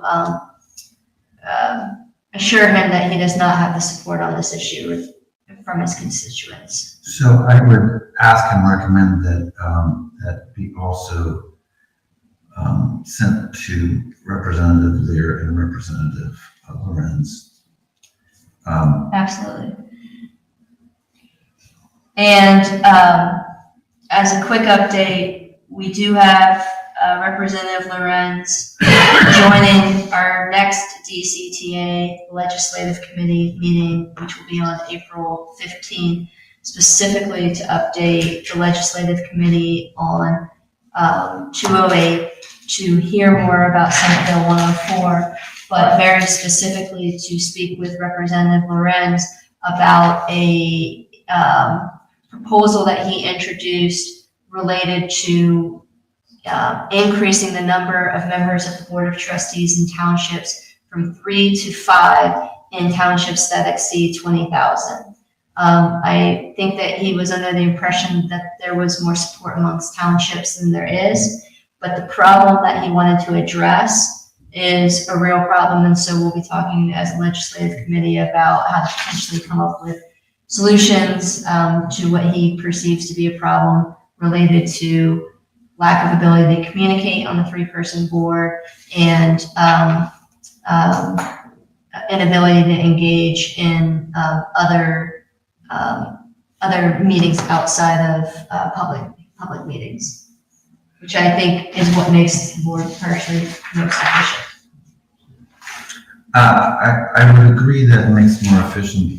I'm actually neutral on that one because I see some advantages to the 5-person board, but I'm not for it either. I'm really neutral on that.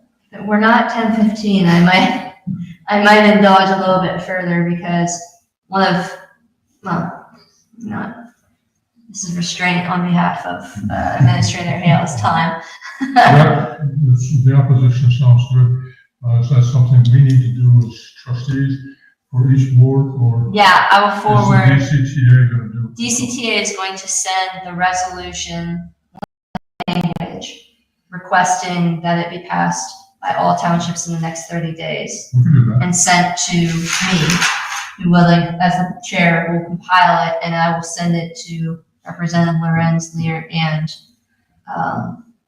Mr. Brown. And can we, I would like to suggest that the DCTA, and maybe we bring it up at one of the upcoming meetings, that the DCTA take a position on that as itself. This is the DCTA, which is the trustees in doing that. And what that would do is give a larger organization talking to the state legislators or whoever we happen to write the letter to, whether it be the commissioners, the state legislators, or whoever, and try to use that as a position, because that was one of the things we set out to do when we started trying to get the DCTA more active and more usable.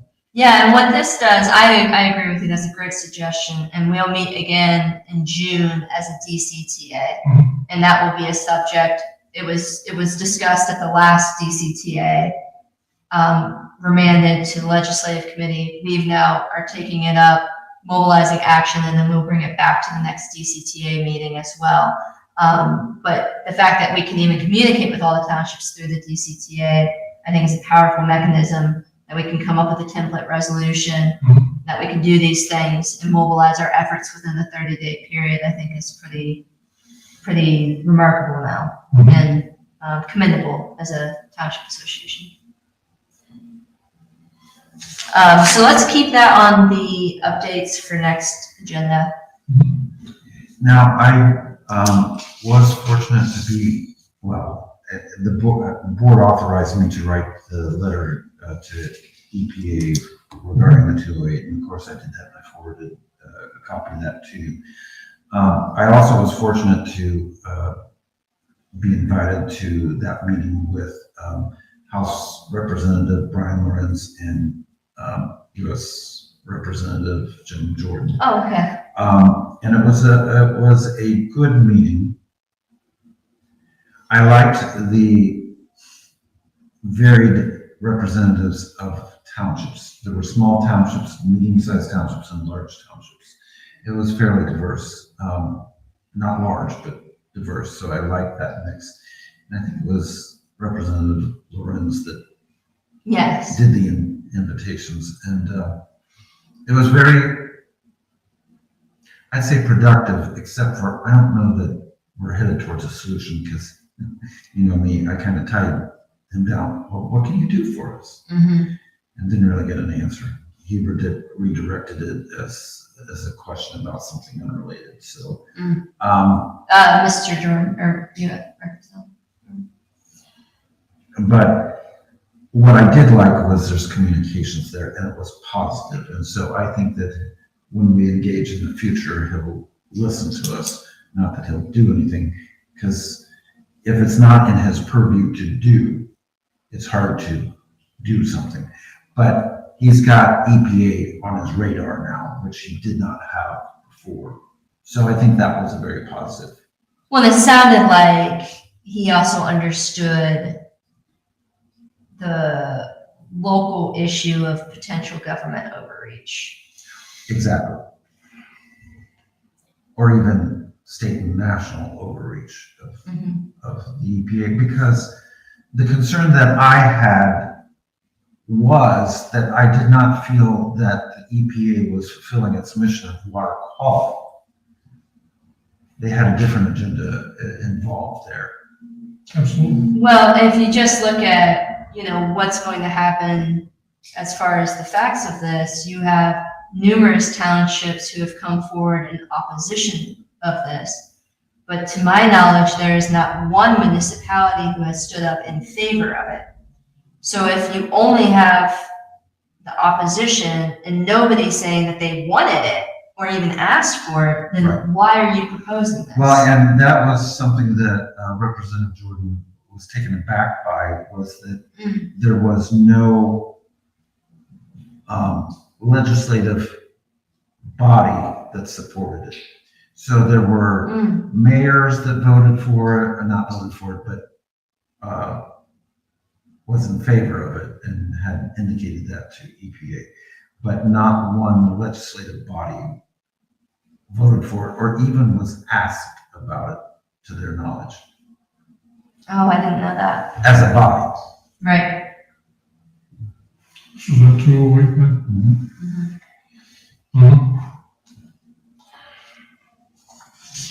Next. Okay, so that takes us to old business collective bargaining agreement post website. Don't forget you have to set a hearing on the gym. Oh, yeah. Okay, let's do this first, and then we can do that as later. Thank you. So, did you post that? No, Has it been posted? it's my question of where should it go on the website? Okay, Oh. I do know where it should go. There is a location under resident resources that is a resident resource repository. Let's just get it up there for the time being. And we may want to highlight something, like have a link to it from the fire department site. So you can post the document as under the repository, and then you can link out to it from the fire. The repository was what I was not finding, so. Yeah, okay, that's taken care of. Thank you. Future meetings? I got a workshop meeting coming up, and there's a DKMM meeting, which the DKMM meeting is purely to agree that the plan is okay, and that's not a big deal. The workshop meeting is just a normal workshop meeting, and that'll be in early April. So even though it's not a big deal, it's very important. Oh, absolutely, no problem. That's not an issue, I'm just, the plan is in place, and it's to confirm that the boards have all voted for it, and that the committee voted for it based on what the board said. That's what it was. Yes. That's what I meant by not. Yeah, and I understood that, but I just want for the public to Yep. understand. You Worked right very hard on it, and that it is very important, and it's great that it's gone through. Absolutely, okay. Okay, for future meetings, just for the board to be aware, I will not be at the special meeting on the 7th, so Okay. I anticipate that being a very short meeting, but without me, how could it go long? Well, and as I understand it, the applicant cannot make that date work. So essentially, we will be opening up and continuing it. Yeah. But it's just because of statute, we have to hear it within 30 days. I totally understand. The one question is, if you're not there for a portion of it, can you still vote on it later? They're not going to do anything of substance Yeah. unless you do something of substance. No, I don't, and not without that hand. Okay. April 15th, I have the DCTA Legislative Committee meeting, and Mr. Brooks from the OTA, as well as Mr. Lorenz will be there.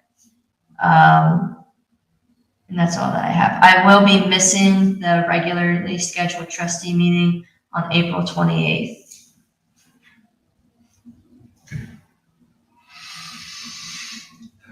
So, I believe we have a late item regarding Jed. I got 5 late items, 4 of which will be real quick. Okay. First one is, got a call from a gentleman asking about, seeing if we could lower the speed limit on Cheshire Road in Cheshire. And I explained, no, that's a county road, number one. Number two, ODOT does the speed stuff and all that. What it was, we just said the little kids that live in the apartments over there like to play out near the street, which is a 55-mile-an-hour speed limit. I explained to him that they're gonna put a roundabout in there. He knew about that. But as part of doing the roundabout, they do a speed study as well. So should be okay on that. Second one was, got a call from Lee at the People Church indicating that the trash cost was too high from what they have, which is less than a bag of trash every week, and they would like to have something lower in cost, or maybe they won't do it, or whatever. And I explained that it has to be one contract with it, that we have to live with, and that sort of thing. And we got other people that are asking for more trash cans and more stuff, so. Right. It's just a balancing act. Absolutely, and I totally agree with her, but I know that without our contract, I was paying at the time 3 times more than when we got the contract. I understand that. I've got plenty of people telling me the same thing. Okay, third thing is newsletter. I was going to ask Megan, do you have a copy of the last newsletter that you could email me? I believe it's a Word document. And I'm going to try to I've got the articles and all that sort of stuff, but I don't have any help putting the whole thing together. Well, It's done. It's done? it's done. Administrator here already completely did this. And it Great. looks brilliant and it's already to the, Printers? it has to be. Okay. Yeah. So Super. that means you're on the hook for the next newsletter. But I was just going to pull my way through it. No, and Administrator Hill did a phenomenal job with it. It looks great. All the edits are done, right? Any update you might provide? It's, I'm sorry I didn't ask the question, because if I asked the question, I know the answer. No, it's great. It's good. Okay, great. Great, that was wonderful. The Well done, fourth thing is when I was at the OTA and going through the building, one of the things that they had was the Townships have a booth. They call it Cloud Association. And I talked to them a little bit and they said that we well fit within the area of being a cloud township. And cloud being an acronym for something. But it's signifying a large township association, part of the OTA. It's not part of OTA, but it's kind of attached to it. Just to let everybody know. Coalition of Large Ohio Urban Townships. Okay. Great. But it's something we might want to consider. I don't want to spend money joining it if it's just to join and that sort of thing. If it's something that's worthwhile, it makes sense. But I'm just bringing it up because they brought it up to me and I thought it was something we should probably spend a little time on. Will it give us access to potentially more grants or more support, more money? Yeah? It will? Do what now? Will it give us access to like additional grants or anything like that makes sense, I'm happy with it. Yeah, Okay, but it's not so much that I think that, I think it's more of a legislative thing. Kind of like what we're trying to do. With Oh, almost the like they would lobby I think on it's our a behalf. lobbying group. The large townships are trying to lobby because they're offsetting the cities. And you know, the thing that a lot of people don't understand in Orange, or in this town, in this county is like Orange Township is bigger than the city of Delaware or city of Sunbury or any of those places. And same thing with Genoa. Well, Berlin is bigger than the city of Sunbury. You know, Berlin's got bigger population than Sunbury. And so it's just not well known how big the townships really are that are in this organization. Now, this is kind of interesting. They focus some of their priorities on similar items that we are, including the local government funding dollars, water and sewer, and annexation and detachment, which a lot of people don't focus on. That's super. It's something that And TIFs. I've followed it for several years, and it seems like it's got some merit, but I haven't put enough heartbeats into it to be able to say exactly what it is and say that I'm comfortable with it. Let's look into that. Let's look into that and add it to, will you be here at the next regularly scheduled meeting? Let's add that to an agenda item for the next regularly scheduled meeting and I'll look into it too. Okay. I think it's a good idea. And what was your fifth thing? The what? You had a fifth thing. Fifth one, I would like to have an executive session for performance review for a new employee. Right now? Yeah.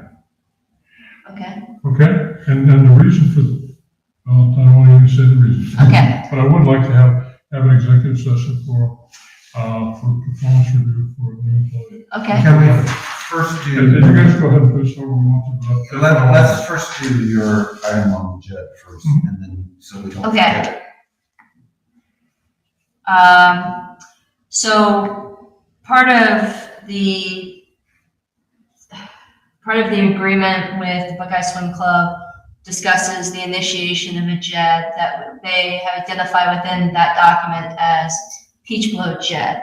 We need to set the initial hearing date and make certain that we provide 30 days notice in the newspaper of general circulation. And then when we're considering that hearing, then following the initial hearing, 10 days after we can, within the 10-day window following that, the petitioner should come forward. So I propose, actually, The first meeting in May? the first meeting in May, if we don't have anything already on the schedule at, say, 7 o'clock. Do we not have anything? That will be May 12th? May 12th. Okay, move to hear the Peach Blow Jed at date, time, place certain of May 12th, 7 PM at 3271 Cheshire Road with notice going out 30, no later than 30 days in advance of the hearing. No, so it is a hearing, when you said peach blow. I said move to hear. Okay. Okay, do we need to, I'll second that. Okay. But do we need to have, legal representation or anybody else? Because the JED involves 4 different entities. And I'm just wondering if we need to have those. Following us establishing when we want to hear it, I believe our representation will reach out to the other contractual entities to ensure that the timing and coordination on their side is in place. So this is gonna be a preliminary meeting for one of the real meetings. Well, it's an initial hearing in which the JED contract will be produced for our consideration, but we will not have a petitioner at that time for that JED area. It's just fine, I don't have a problem.